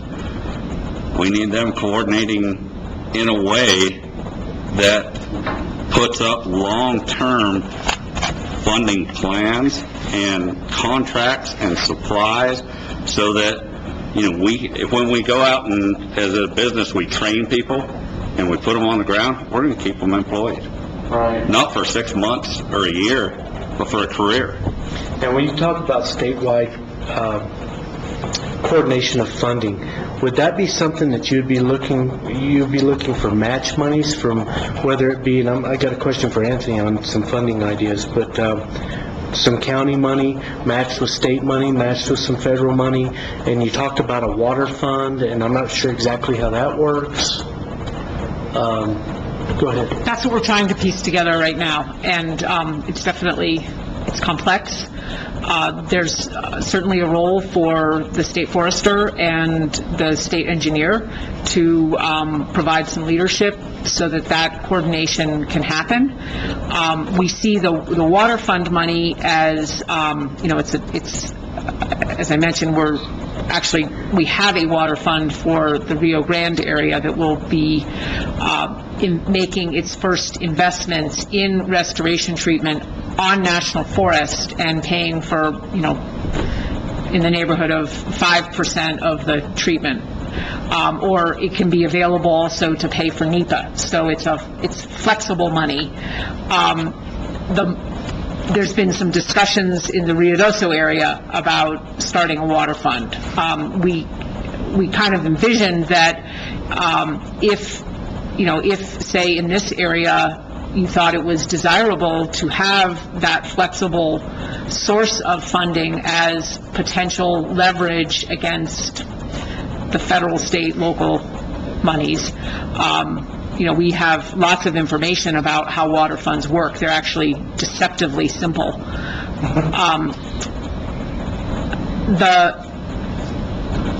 One of the products of our this comprehensive plan that Brent mentioned will be done in June we are actually doing a statewide analysis, and one of the outcomes of that will be a set of statewide data layers that really show what the priority places for forest and watershed protection are statewide. And I can tell you right now that there'll probably be 7 or 8 circles on the map, and this area is without a doubt one of them. So I don't know if that answers your question. I wish I could be clearer, but it's a work in progress. And I'll go look up water funds to kind of try to educate myself a little bit on that. But does a government agency have to initiate the water fund, or can it be a private company, or The would it be model is better? very flexible. So in Latin America, it is usually government agencies. We looked at that here in New Mexico because, like, the Water Trust Board is set up in a way that it can accept private donations. But what we found out was that the private donors who have given money to the Water Trust Board feel like they don't know where their money has gone. There's not accountability, and that was a huge red flag for us. We are not going to be asking people to donate to a water fund where there's no transparency or accountability, so we thought, okay, we better do this ourselves. Okay. And Anthony, go ahead and finish that. Mr. Chairman, if I can add to that, and the water fund model or concept doesn't have everybody coming to the table and throwing their money into one pot. It's that coordination. It doesn't happen, especially with government. You guys know that. So literally it has everybody coming to the table looking to leverage everybody else's money and putting that onto the ground, not one budget cycle at a time, but making, 10 and 15-year commitments so that everybody's money can be leveraged out long-term. And, when Laura and I spoke briefly with the governor at one point, and speaking to people like John Arthur Smith and others, one of the big things is how do we leverage that private investment? In the world, honestly, there is more money available for private investment than there is in the government. That's a good thing, actually. So with that said, how do we leverage that private investment? And when a business owner needs to go to the bank and they make a large investment that takes them somewhere between 4 and 10 years to pay off at a minimum, sometimes more. Some of our electric co-ops are looking at 20-year payoffs and stuff like that to build facilities. They need to have that kind of commitment in forest and watershed management and in that supply of material to make those investments. It doesn't make business sense for us to go acquire a loan that's going to take us 10 years to pay back when all we're being offered is one budget cycle at a time, investments or coordination at the government level. We need that long term. Anthony, do you think that the FMI Environmental Fund might be a place to get some seed money if we put in a good application for a water fund? I think that there certainly can be looked at. I think the New Mexico Environment Department also, I think, has funds available when you're talking about water quality and watershed restoration type projects. I think that the Water Trust Board, you brought up the Water Trust Board. The only thing about most of those funding sources is they're usually pay for 60%. Now, if there's some way, I know they've done this in the urban areas, they've been able to identify a way to get public-private partnerships in order to fund economic development type projects, infrastructure projects. So I think that if we can figure out a way to use that same model to try and get those funding agencies to accept a private-public partnership to pay for some of the match monies, then I think that the local governments and the smaller local communities like we have can actually leverage a lot more funds. And so I don't know how that would work, but we can certainly investigate it. Any man who knows what a public-private partnership is near and dear to my heart, because I think that's the way we're going to make this happen. Okay. Well, we all know that the state and the federal government are both pushing down as many mandates and responsibilities as they can to the local governments. I mean, we've been fighting with a couple of them for the last 30 days, and this looks like it's just something else that we're going to have to take care of. It sounds to me like this might be something that we need to have your committee kind of stay on, and if you can just get that information to Commissioner Ramos that you want us to look at, and let that group look at it first so it's vetted properly.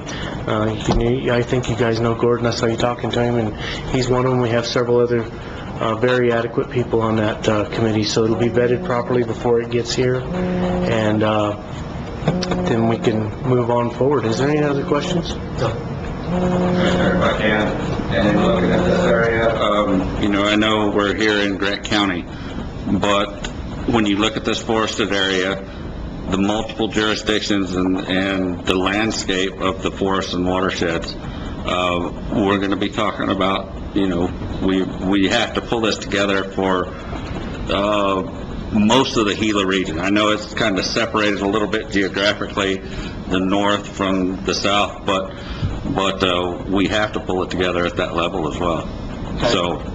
So you need more than one county to collaborate together? Is that what you're asking for? I think we can make that happen. We've also got the Southwest Coalition of, getting excited here, Oswaka Group. Settle down. And that has our 5 counties come together, so we'll definitely bring it up in our next group and start moving it from there also, our group meeting. Is that the group that's addressing some of the land use plans? Yes. Okay, good. It's the Southwest County Commission of Lands. So, All right, well, thank you guys very much. If you have any closing comments, you're welcome to make them. Otherwise, we'll move on with our meeting. Thank you for having us. You betcha. Thank you for your time. Absolutely, thank you. I think you probably want to come get your computer, though, don't you? Okay. We may just go ahead and go on with our meeting while you're doing that, if you don't mind. Okay, the next item on the agenda is county reports. Sorry for making this so long today, guys, but that was a pretty important presentation right there. Mike, let's start with you today. Mr. Chairman, Commission members, I respectfully submit my report for the Grant County Detention Facility, February of 2014. Item number 1 is policies and procedures. They're currently being reviewed. Item number 2 is a facility update. The detention facility currently has 1 vacancy. We had tested for 2 permanent sergeant positions, and the reason we had that is because we had temporary positions prior to that for some time, and in order to enhance the structure of the department, felt that we could make those permanent positions. We tested for those positions and promoted to permanent sergeant positions were Mark Lucero and Clint Hardesty. The department congratulated both those officers on their accomplishments. Also, Officer Josh Galindo was successful in acquiring the temporary training sergeant's position. So we're looking forward. He's been working very hard, and he has been following the training curriculum. So we're looking forward to him doing some great job for us as far as getting all the employees trained up. And the detention facility currently has 3 newly hired employees who are currently enrolled in the FTO program, which is our field training program. Item number 3, On the facility assessments, when we did the assessments, we did that for a reason, and we've been looking at those. And what we're constantly doing is making changes according to the assessments for accreditation, also to keep us updated and keep us in compliance with the issues that are facing detention facilities currently around the state. Our training update, newly hired officers completed their OC training. Sergeant Hardesty just completed instructor development. That'll give us 3 individuals. It'll be Sergeant Hardesty, and then we're going to send Sergeant Galindo and Lieutenant Aguirre are going to be the 3 instructors. And the reason that I wanted to do this is that we could have our own instructors. We'd have them in the facility, and that way they can start doing a lot of the in-house training that we do instead of having to go out and paying for it. Currently, right now, Sergeant Lucero and Galindo did attend the first-line supervision training in Albuquerque. They came back and they both successfully completed the first-line supervisors. Feedback from both of them, said it was an outstanding class. They learned a lot about themselves and leadership, and that was the purpose of sending them. We will send Sergeant Hardesty to that also, and I think that's also going to help us with the supervision aspect of getting all of our officers together and getting our sergeants. They've never had that training before, and I think it's important that they went through that training, and so they were very successful as far as completing that and enjoying that particular training. Sergeant Galindo has informed me that he's going to start working, and he's scheduled a 40-hour refresher training for all of the employees in the department, and we do have a majority of them that are going to require some recertification. What we're going to do with those projections is that they should be completed within the next 6 months. And what we're going to utilize is the Luna County Detention Training staff.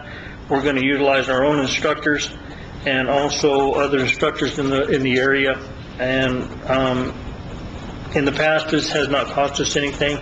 I have a very good relationship with the Luna County Detention Facility, and their administrator, Matt Elwell, has agreed to allow our officers to go through their detention training and use their instructors, and they haven't charged us anything, so that's really tremendous.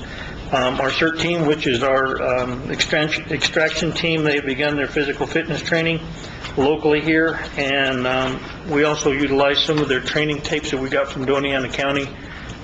They've been reviewing those, and we've also been showing them to the detention officers themselves to show them what can happen, and when it does, how they reacted to that. So we're just kind of doing some pre-planning in case we do have a critical incident at the facility. Item 5 is our intervention, the inmate support program. That was House Bill 63. We're very proud of the work of everyone that put that together. It really went through the House, it went through the Senate. Most of the committees that it went through, it was unanimous. We received tremendous support, and I'd just like to thank the representatives, our local representatives, for the support that they gave it, both the House and the Senate side. That bill really went through. It was on the fast track. The last word I had was that after it went through the Senate appropriations, there was some issues with the funding, the amount of money and the funding, and so what we're going to do now is our plan right now with where we're going to go with this is we're going to proceed with our program as far as we can go without the funding, and so hopefully we're going to try this again, see where we can get with it. It showed us that it is very important. This program is very important as far as the inmates and the recidivism. So it was on the fast track, and so we'll go back and look. And I think the next time we present this, we'll show the legislature that what we've been able to do without the funding, and how important it is that we do have that funding in order to cut down on the recidivism for the inmates and the individuals that are incarcerated.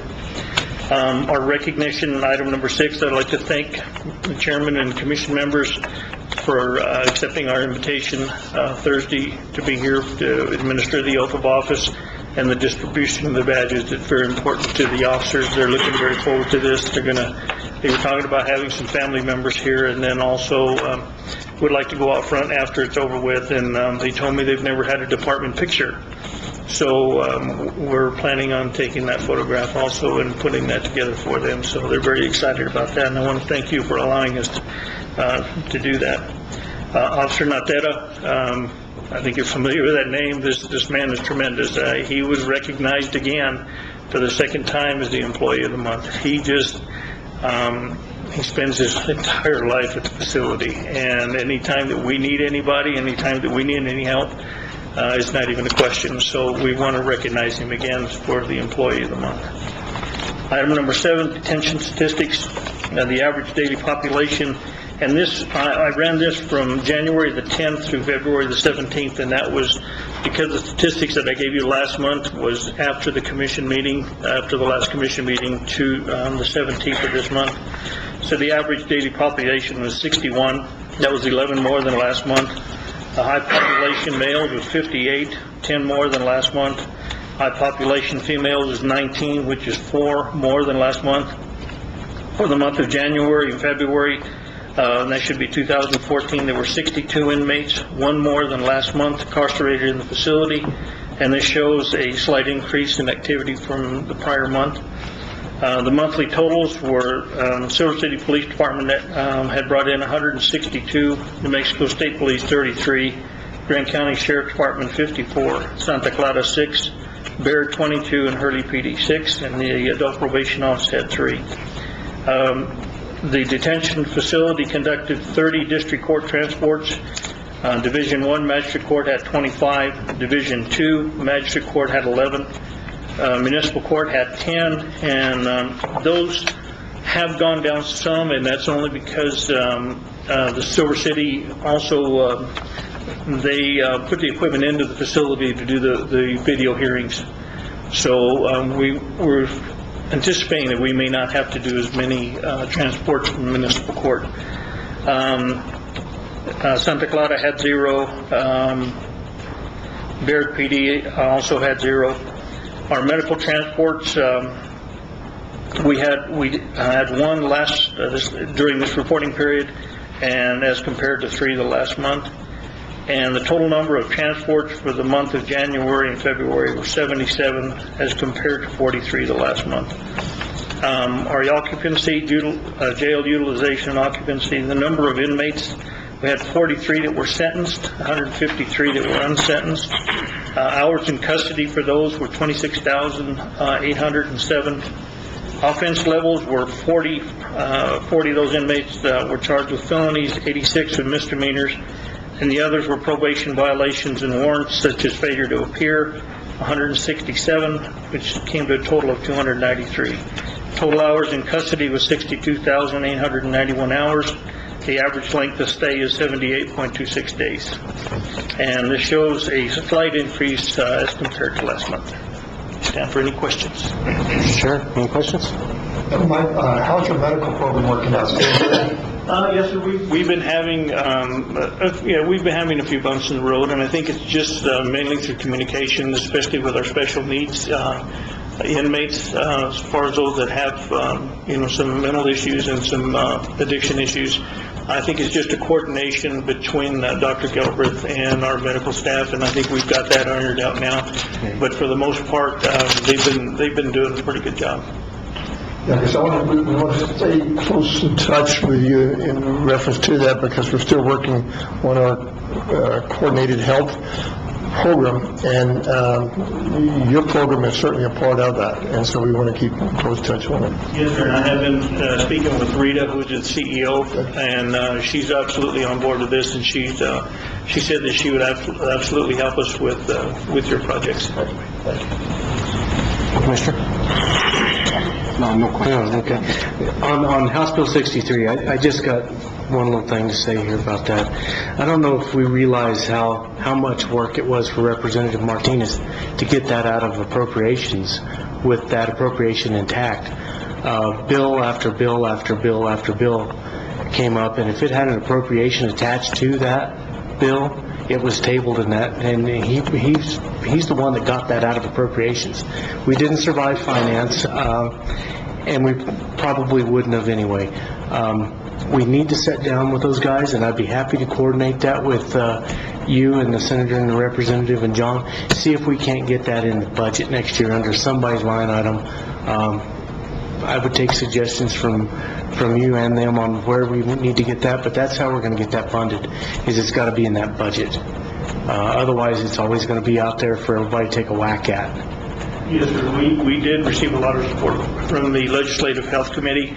They were absolutely on board to support this concept, and so I think that's also very huge, and we need to keep them on board and keep them together with this. But I do want to thank Representative Martinez specifically for helping us do that. Yes, sir. He's a real jewel. Yes, sir. And I look forward to giving out the badges and stuff, so. Thank you, sir. But the protocol, if you'll administer the oath, and we'll have the other commission members distribute the badges. And I'll set that up with you tomorrow. Not a problem. Thank you very much. Okay, Anthony? Thank you, Mr. Chairman. I had a long list of things. I'm going to shorten it up a little bit just We've been here for time. More to go. Well, I guess we probably should start off with Wind Canyon Estates. I know that they have been pretty diligent in getting signatures for putting together an assessment district. I think that we need to take a step back. I just spoke with Earl right now. We're going to have to present some new estimates, including equipment and labor.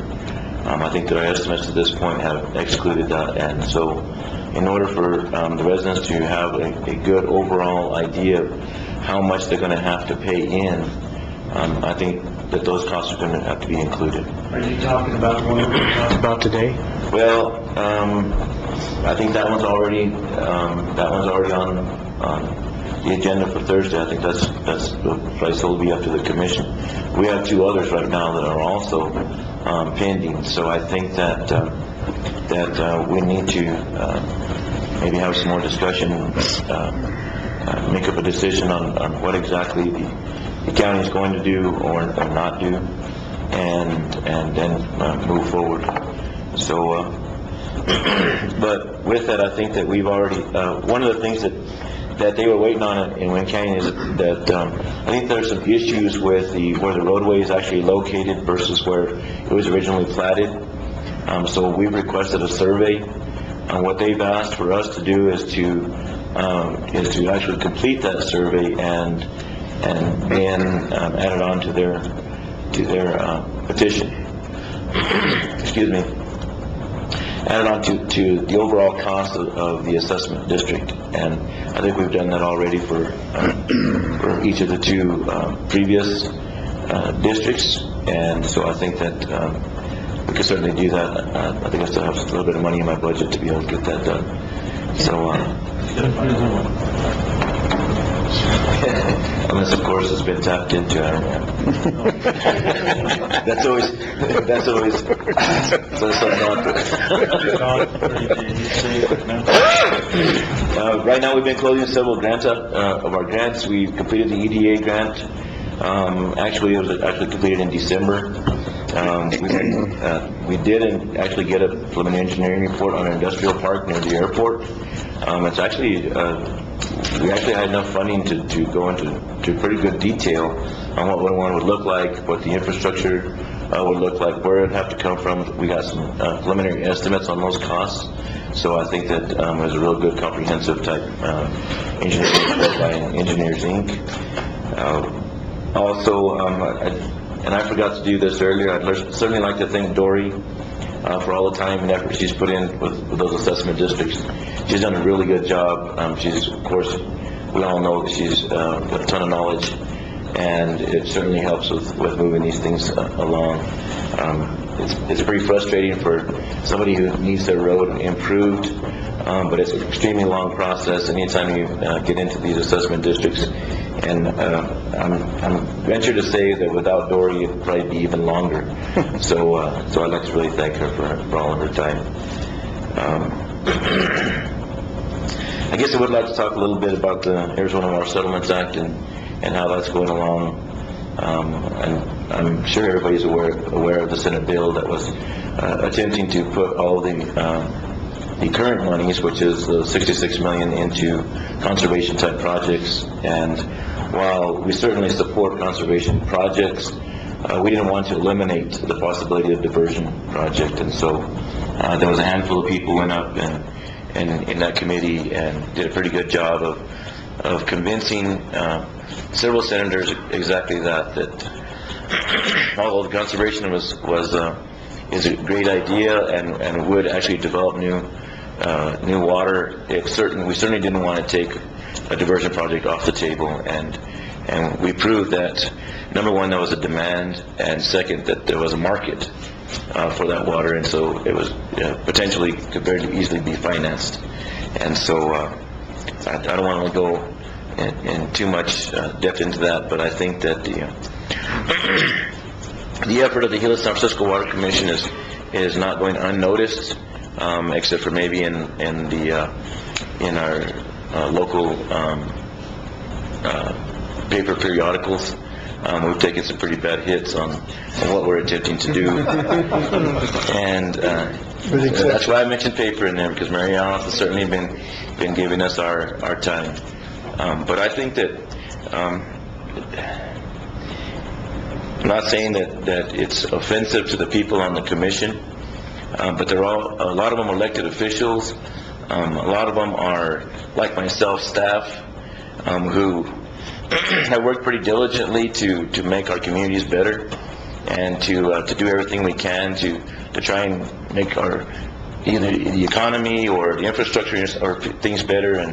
But yet when something that is a little bit controversial comes up, well, then we're on the bad side of the coin. So I think that I just wanted to mention that. I'll go ahead and end with that. Thank you. Anybody have any questions for Anthony? I'd just like to say thanks for all your hard work. I mean, I feel your pain. I've been run through the mill a few times too, so I totally understand. And we are trying to do the best we can for the community. I mean, we represent all the residents of Grant County, not just certain interest groups. So we really do appreciate your hard work, Anthony. We certainly did. Thanks, Anthony. Andy? Thank you, Mr. Chairman and members of the board. I'll start really with the DWI program. As you know, we're going in front of you with all this information come Thursday, but they are putting together what's called a TMAs, which is prevention for our youth. They'll be putting a big exhibit on in April. So I'm going to let Cindy and her crew come in front of you and give you more information on that. It's called Breaking Bad, kind of surrounding of the show that was filmed in Albuquerque, New Mexico, but it's really taken a step forward more than that. It's actually breaking bad habits. So we'll get some information from them as we move forward in the next meetings. Correcaminos, I'm just trying to fill all the positions, working on some reevaluations on job descriptions and moving forward with that. We're also working with the people in Cliff. I think we're going to be going on a trip, I believe it's this Wednesday, to Cliff in the Mimbres area and try to figure out, how we can help the people in Cliff and the issues they have with transportation out there from a public standpoint. Senior program right now, the New Mexico Area Agency on Aging is here doing an audit on their senior program. They'll be here. They started this morning at 9, and they'll have an exit conference, I believe, on Friday. Also got some information, I hope I say his name right, Andrew Reich, with the Legislative Finance Committee. Each year the committee sets agendas for evaluations, and the Aging Network in New Mexico is on their agenda, and they'll be here on March 5th to do an interview with the director, and also meeting with John and myself after that meeting. And it's pretty much how the program's run. They got a list of questions that they want to hear from us, and so hopefully that'll go successful. Public Works Department, I'll tell you what, the guys are working real hard. Justin's been working with the fuel farm. We've had some calls from the Forest Service. They've got the the airplanes out there, and they're concerned, obviously, with the drought we're going through in the Forest Service. So set up some meetings there. We're going to meet with John, I believe, on Friday, and we'll have some information on that. Also talking with Jane Lucero from the New Mexico Aviation Division and try to help us financially with some of those issues that we have. And as we go forward, I'll probably bring you some more information on that. Baton Park, they're working their tails off out there trying to get ready, you know, baseball season's coming up for our youth, and so we're out there. We repainted the Baton building, the floors, you know, and working with that, trying to make sure everything is functioning out there. We're also painted the restrooms and the concession stand inside and out. We're doing the railings out there right now. Trying to repaint those, bring them up a little bit. They needed it. We're also in the process of trying to look at getting the parking lot done correctly with parking spaces and fire engine lanes and all of that has to go through, so it probably make it a lot easier when we have the big events out there, you know, obviously, because people just are either bringing camper trailers or whatever have you out there, and we'd like to at least put parking spaces in place so it makes it a little bit more organized for people when we have those big events out there. Also, the restrooms, we're looking at trying to do something with the restrooms to make sure that maybe we can use them all year round. I don't know if that's a septic system or something that would be able to. Right now, it's just a lot of maintenance on them because there's just so much stuff and they're clogging them up, you know, all the time. No, we're working on it. So we've spoken to 2-3 contractors, also with engineers, to try to come up with some type of system that you know, would benefit leaving those restrooms you know, functional all year round, because you know, now with the weather conditions we have right now, basically, I mean, the park is being used constantly. And now that spring is coming around, we're doing a lot of weed eating. We're upgrading some of the, you know, all the fixtures. We fixed the canopies that were out there. You know, a lot of kids throwing rocks on those canopies, and so we've kind of devised a system to try to make sure that they can withstand that by putting some extra stability on those canopies. And hoping that people will just make sure the kids don't throw rocks, and putting keep your park clean signs, and doing the things that we think that's going to benefit the park as a whole. And of course, you know, the veterans do their part, and I think when people see how much maintenance they put onto theirs, and you know, we just want to make sure that it's something for the community, and that it's just not being, you know, let go on some of the minor maintenance. I think if we can do that, then the long term, as we go forward, we won't have that much cost to try to do the upkeep. The North Hurley project, Justin's been working on that. He's going to meet with them this afternoon, I believe, to try to get that thing started up. I mean, I think they're going to have a sometime this week, and hopefully they're gonna have that thing up and running, or they're gonna do a test or something. He's gonna meet with them this afternoon or tomorrow morning to try to finish out that project, making sure that that's done. Detention center is working with Train to try to get those HVACs working properly, and looks like we're getting that way. We're getting there. The staff, the administrator and his staff will be able to control those through computers, and making sure that they're in control of them by themselves there at the facility, and so we're working with that. Conference center, I couldn't tell you enough, that conference center is at its capacity right now with use. We've got companies in there that have leased the building out for 30 to 40 days, and we've got the Forest Service in there right now. We've got training going on in there right now. So the facility is being used to 100% capacity right now, and so the guys are working hard to get over there, making sure that, you know, the trash cans are thrown, that the bathrooms are clean, everything is done so that when people get in there to use that facility, they're able to not have any problems. If they do, we're kind of jumping on it right away. The Ace hardware side's got some roof problems, which we are going to fix here in the next week or two. We had a company come in and look at it, and it looks like we're going to have that issue pretty much dealt with before the rains come, if we get rains. So hopefully we can get that done. Other than that, that's all I have from a fire standpoint. We've had human-caused fires. We're working on trying to get people to understand the conditions that we're in, the drought that we're in, the windy season is coming upon us. People have called. We do not have fire restriction in place right now. We don't usually do that. We follow in the past the Forest Service lead along with State Fire and the Governor's Office. But what I do, when I do get calls, I encourage people pretty much not to burn, but if they're going to burn, to contact their local fire department in their district so they're aware of it. Also making sure that they contact Central Dispatch, because as you know, you see smoke, they're going to get a million calls. And so right now, from the Fire Chiefs Association, from Rural Fire Chiefs Association last night, we're discouraging any type of burning right now, just because of the conditions. But if there has to, I think the chiefs have made it a point to get out and look at these areas and make sure they see what's going to be burned before they actually allow them to burn. Again, we do not have restrictions in place, and we cannot stop somebody from burning, but obviously just use your common sense. Definitely on the town of Silver City right now is not issuing burn permits, so we're just going to follow that lead right now as we go forward. So unless you have any questions, that's all I have at this point. Any questions?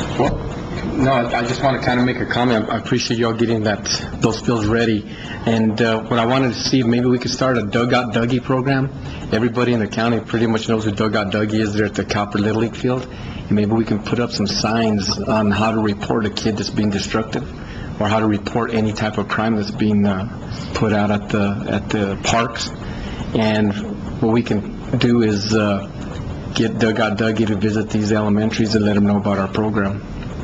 Maybe that's something we can do. Mr. Chairman, Commissioner Ramos, yeah, that's something that we can look at. I can get with you and talk to you and get with Justin on that, and see what we can do as far as, And the thing is this, it's a community park, and people just have to realize, and I know the responsibility is a lot on the parents. I mean, when you're with your kids, if they're throwing rocks at the side of the concession stand and getting holes in the stucco, that's just damaging your own park. And it's something that we're trying to, to curb a little bit with these young people, and making sure that they keep the park clean, because we're doing everything we can, and we've got a lot of manpower out there working to make sure that the park looks good for the community, and again, it's being used constantly as well, and so we want to make sure that people understand that it's their park and it's our community, and it's one of those things that we'd like to see, damage-free. Anything else, Commissioner? No, sir. Okay. One of the things you can get with Anthony on is it's going to cost somewhere in the neighborhood of about $200,000 to get a full set of plans for the interior of the convention center. And I know that we've kind of got some renderings on what we want to do. But we need to find some money to get that. It's where we have a shovel-ready project. The next time there's a little wave of money that we can get through, we need to have those ready to go, because you're able to rent 2 rooms, and when it's built out properly, we'll be able to rent out 9 or 10 rooms. So we'll be able to really be able to use that center to its potential. Mr. Chairman, and I think that's, you hit the nail on the head there. Because right now, every single room that we can lease out or let people use for trainings with not just 10 or 15 people, we're talking about 50 to 100 people in one training, and so, but right now, it's at its capacity, and there's just no room, and on top of that, we have the people that come in and that want to do the dancing and the ballroom dancing and some of that other stuff that's going on in the evenings. But we want to encourage people too that to make sure that they take care of the facility as well, because it's another, thing for our community, and it's generating revenue for the county. Thank you very much. Earl, you got something for us? I'm going to keep mine real short. Pretty much. You're getting a new loader. Maybe. Yeah, hopefully. Pretty much business as usual. We're doing some patching, being we got this warm weather. We're still doing some cleanup from last fall's rain, believe it or not. I've got that cottage sand project. We've got the signs up. I've got to go drill a couple of holes to put those flashing lights up that we're going to do, and it's a reimbursement deal, so I can get the county back, I think it was $53,000. Should be done with it next week. We did complete a low water crossing on the LGRF fund out there on Macaulay Road, and it's not gonna be long, and we're gonna start patching for our chip seal roads this year. Actually, the city even called me yesterday about doing some chip sealing for them again this year too. Plus, I still got Hurley to do from last year, and Christie from Baird called me about doing some chip sealing for them also. Other than that, busy. Okay. Do you have anything? Go ahead. Okay. That abandonment of that road down there on Kipps, where are we on that? I don't have any idea. Well, from what I understand, I don't think we have to have an abandonment committee for that, because there's other roads that access that thing. I mean, it's not shutting off a road completely on that thing. You don't know about this? No, I didn't know about this road. Okay. Earl brought me a piece of paper. My understanding of the road abandonment committee is they were supposed to go out and they review it to bring the recommendation to the commission to say that there's other roads, there's things, but we'll take a look at the statute and see what the requirement is. But that was my understanding, and at this point, I don't know if we have a full committee or not, because they meet very rarely, and I know the last time they met, Rub Stone was... I thought Ty Bays and Dealey Crumbly were the committee. Yeah, there's a committee. I don't. But the last time they formally met that I was involved with Rub Stone, and he's been passed away for some years. So we can look at the statute and see, but my thinking was they're supposed to look at when there's a road abandoned and then give that recommendation to say there's other properties, there's other ways to access these properties, and so this road could be abandoned, it won't affect it. I'm glad I brought it up then, so we need to figure out what we need to do. I can get ahold of Ty and make sure that they're still together and get something set up with those guys. Okay. What else? I guess that's all only question I had, Earl. Okay. Hey, Brian, do you want to do yours now before we get to electeds?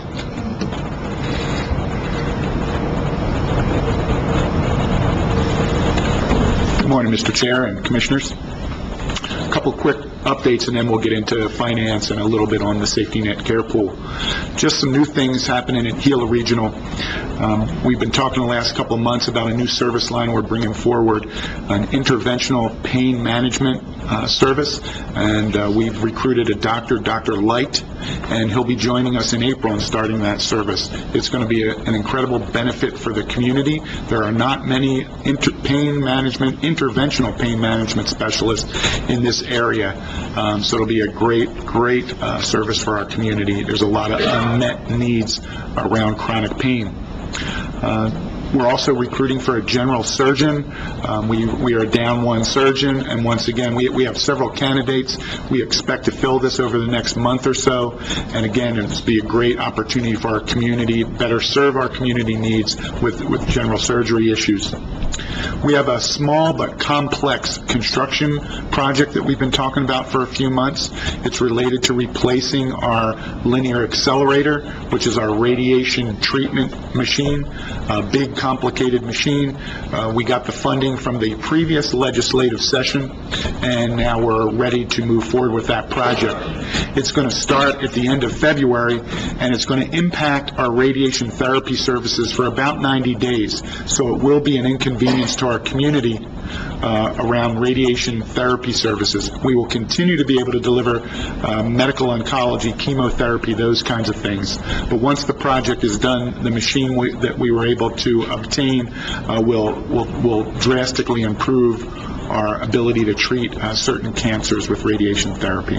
So that's coming. I want to just also talk about, briefly about the first 6 months of our fiscal year, July through December.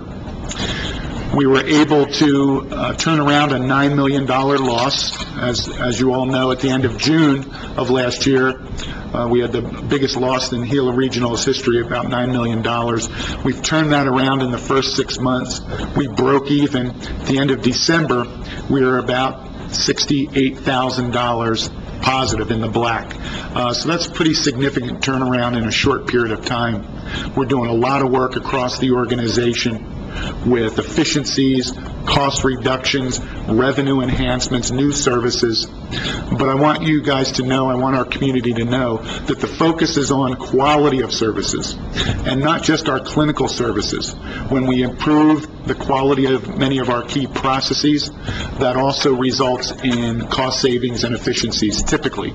So our focus is on quality, and one of the typical outcomes of that is also an improved cost structure. But it's quality foremost.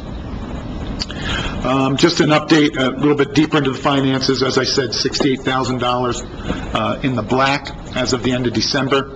And remember, our finance reports are about a month behind. I'll give the January finance to our board on Friday, but that's why we're still talking about December finances. But at the end of December, our days in cash were at 106 days. So over this 6 months, we've stabilized our days of cash. They've actually even gone up a bit since then. We've gotten our last payments from the Old Soul Community Provider Program. So the work that we've done over this 6 months has really positioned us well for these next several months as we transition into the Safety Net Care Pool and other elements of the Accountable Care Act. So we've been given some gifts from our previous commission and our previous board and our previous leadership. We're an organization sitting with no debt and above 100 days of cash. And as you know from talking to some people up in Santa Fe, there's hospitals in New Mexico with 12 days cash? 17 days cash. There's some organizations that are really going to struggle over these next few months as this transition happens with the Safety Net Care Pool. Our county is doing well comparatively, and our organization is doing well. We've done a lot of work to position ourselves to sustain our services through this transition period over the next 2, 3, 4 months. We wanted you guys to know that. Our days in cash are going to drop over the next couple of months. We know that's going to happen, but we're positioned well to kind of weather that storm till the next program kicks in and we get somewhat stabilized with healthcare exchanges, Centennial Care expansion, and the new Safety Net Care Pool. So we wanted you to know that, and I just applaud all the work that's been done by the caregivers at Gila Regional, not just with the clinical care that they provide, but also with the business end of the hospital. I want to just then talk briefly and move into Senate Bill 268. I want to personally thank the Commission for their support of all of the county needs, and most certainly the needs of Gila Regional, and specifically thank Chairman Caston and Mr. Sari for really some tireless effort up there in Santa Fe in direct support of the needs of our community and our hospital. So thank you so much. I also want to thank our own Senator Howie Morales and Representative Rudy Martinez. It was Senator Morales' addendum to a pretty contentious bill that pushed through the Safety Net Care Pool as it stands today. And of course, Representative Martinez's support and leadership, along with many others in the House, to ultimately pass that bill. We know that now it goes to the governor for signature, and there's a lot of things that can happen during that process, so we're still not out of the woods yet, and still don't have ultimate clarification. So in the next, I think, 2 weeks, we'll get clear about what happens there.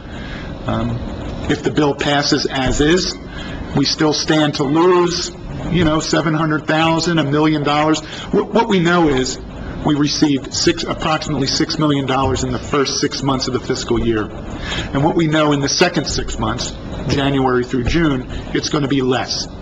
Depending on what the governor does, it may be $700,000 less, it may be $1 million or more. And I want you to know, as an organization, we're prepared as we continue to manage our cost structure to deal with these issues as they come forward, and to work collaboratively with our commission to make sure we can maintain as many of the services as possible for our community. So there's a lot going on right now. We've been talking about health care reform for years, and now we're in it. We're in the middle of it. And once again, I thank our commission. We're very fortunate to have the leadership that we have, to support our county and also our hospital. I thank our Board of Trustees, our leadership there, and every caregiver at Gila Regional for what they're doing and what they have done to position us to get through this storm. We're going to do all right, and we're going to survive, and we're going to thrive as we get through this next transition period. That's the major points I wanted to make, and I would stand for questions. Any questions? No, I don't think I have any questions. I know more about the safety and healthcare net pool than I want to know.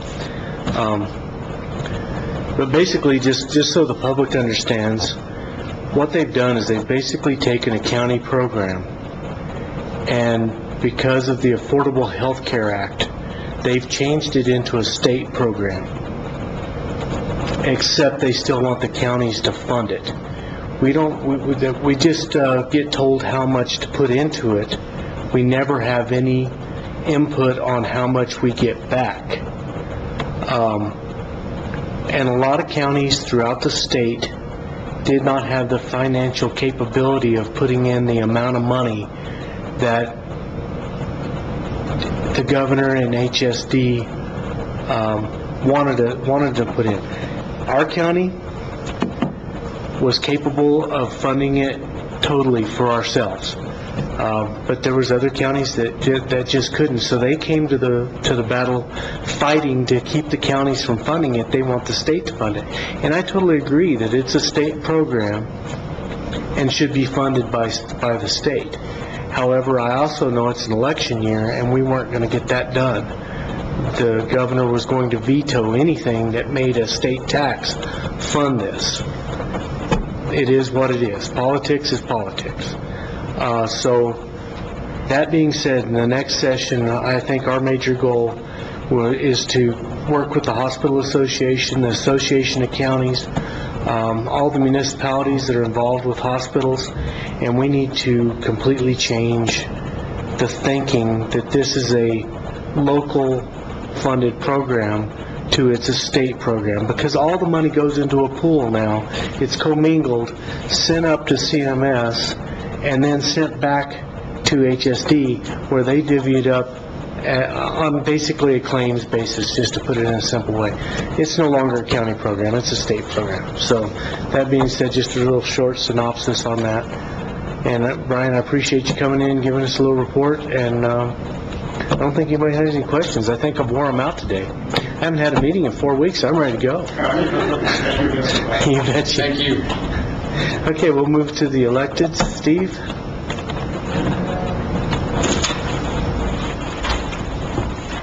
Thank you, Mr. Chairman and Board of Commissioners. I gave you all a copy of the county's portion of revenues collected through the 24th of February.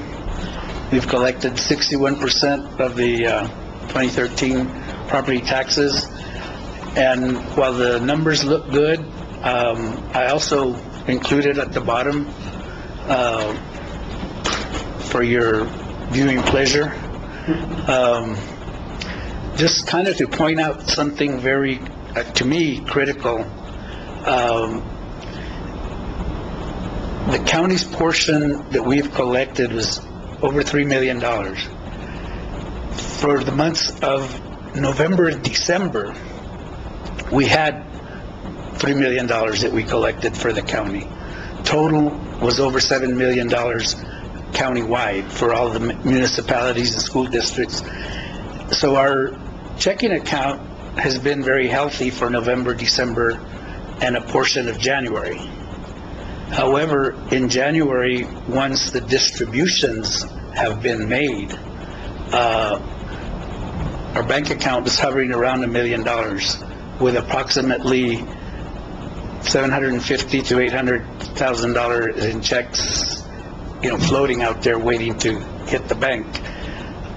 As you can see, what we collected in January and February for the general fund is only $102,000 from taxes. So, we really have to look at the revenue streams coming in to the county. That's part of what we're doing right now. We're trying to coordinate with the assessor's office on the mobile homes that are out there delinquent. We've got several $100,000 but in some cases, we can't even find these mobile homes. In searching for how to maximize the revenues for our county,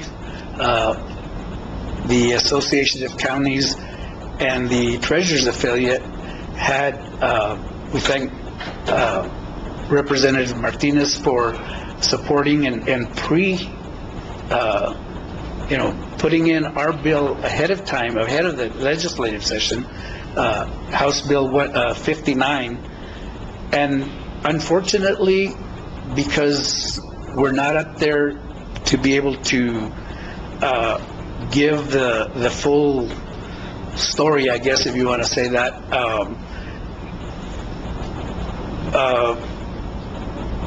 there was some misinformation at one of the hearings, and unfortunately, the treasurers that were there had to leave, and so it was left up from what the report that was given to us. It was left to someone from the Association of Counties to make the presentation, and I guess it was someone on the governor's Taxation and Revenue Department staff that put a little, there's going to be legal issues with this House bill, and plus the impact report that was given by the Tax and Revenue Secretary. Unfortunately, those come in too late for our legislative group with the treasurers to be able to respond in a manner that is effective, because, first of all, there are no legal issues with it after the fact when they went back to review that. So, but that's just something that we're trying to do to maximize what we can hopefully get.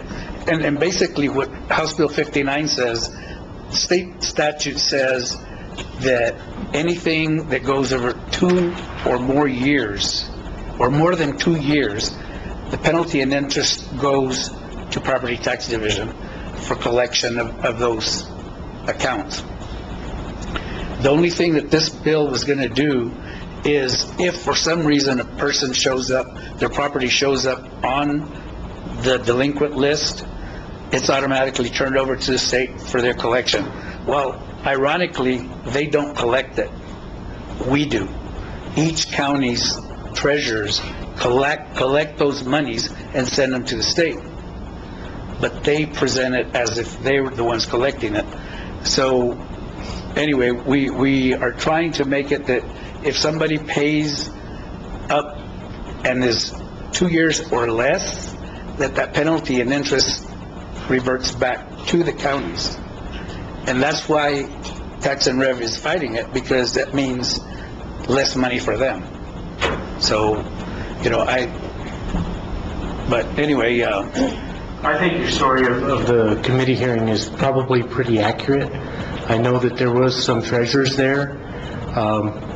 You can never tell when a bill's going to come up, and I think about 5 o'clock they decided to go elsewhere, and the bill came up about 9 o'clock that night, and there was only one person, or one treasurer there, if I remember the story correctly, and it was pretty new. And then the county representative, I know who you're talking about from Tax and Rev. He's been our nemesis for quite some time when he was with DFA. So it usually takes 3 to 4 years to get a bill through, so do it again. I voted with the treasurers to make sure that because the Association of Counties had actually asked us to take it off the agenda. And Rudy said he would go on, or whatever we wanted to do, because of that issue in the FIR. But I said, no, let it have a hearing. So it got at least one hearing, and that's important. You're one step further. Well, when it was asked to be pulled, our legislative leader, I guess you'd say, from the treasurers, asked the New Mexico Association of Counties to reconsider pulling it. And Representative Martinez, I spoke to him 2 days before the last hearing, and I said, why was it pulled? He says, well, we were told there was legal issues. I said, we've already gone through all of that. So anyway, but, It's not a good place to argue. You just go up there, and when they vote, you go, okay, we'll do it again next year, and we'll do a better job presenting it. well, that's the point. Yeah. I'm gonna ask you guys here now for a little more funding. All I'm asking for is fuel or whatever it is to be able to spend a little more time up there during the next session, just around the times that our issues come up, so we can be there and be able to give a little more. We have talked with the representative and, of course, Senator Morales, which hopefully by then will be whatever. I think whenever it's excuse me, but I think whenever it's a very important issue like this, I mean, even if they don't have money in their budget, maybe we can take it out of our budget, sort of the county commission on that portion. I mean, if it's a very important trip like that, I think we need to consider doing something.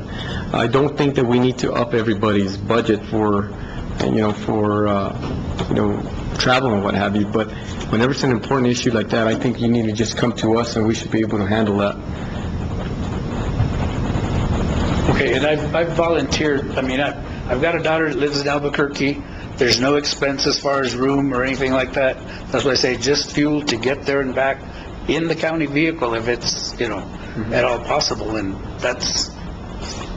So we'll look at that. We got budgets coming up, and we'll look at all that stuff. Exactly. Yeah, and that's what I was going to bring up. Currently, there's not a line item in the commissioner's budget for that type of stuff, so we'd have to add it in this next budget because the commissioners get as much travel money as an elected official gets. You get the $1,500 just like any other elected official, and so we would have to do something to add a line item for that specific type of travel, but it's possible. It's just not budgeted right now. Let's definitely look at it.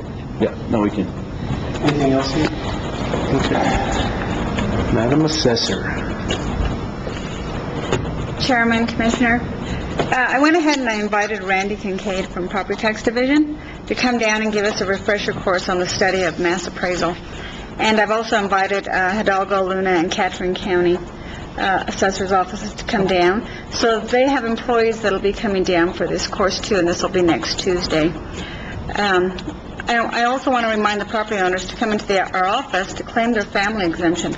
There's approximately 1,300 property owners that have not claimed that exemption.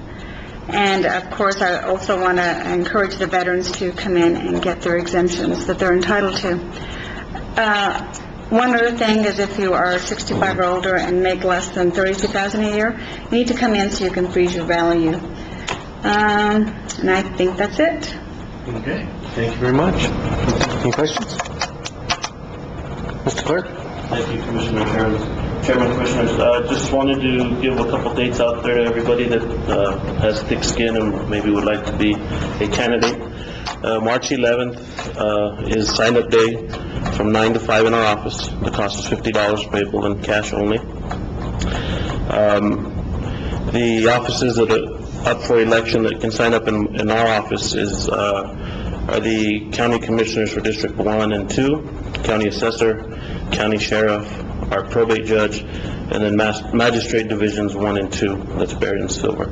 So we'll be taking declarations of candidacy on March 11th from 9 to 5 in our office. If you have any questions, call our office at 574-0042, and once we get this out of the way, I'll have some more dates on when that June primary is, early voting, and those things. So hope to see some of you guys on March 11th. Okay, I imagine I'll be there. Are you running the municipal election also? No, sir. You do not? Okay. Just support. Just support. Okay. You're good? You got nothing. I've been talking for 30 days. Commissioner? Well, I do have a few things. I wanted to see if we can go ahead and invite the Game and Fish. I really would like the report on why they are removing the all the catfish and all the bass from the Gila, from the Bill Evans area, all the way down to the border. Is that state game and fish? or is Yes, it- it's state game and fish. Supposedly, they're removing all the catfish, all the bass, so that they can put in the loach minnow in that area. And I definitely want an explanation. I want to see what recreation impact that they found and what kind of economic impact we're going to have in this area.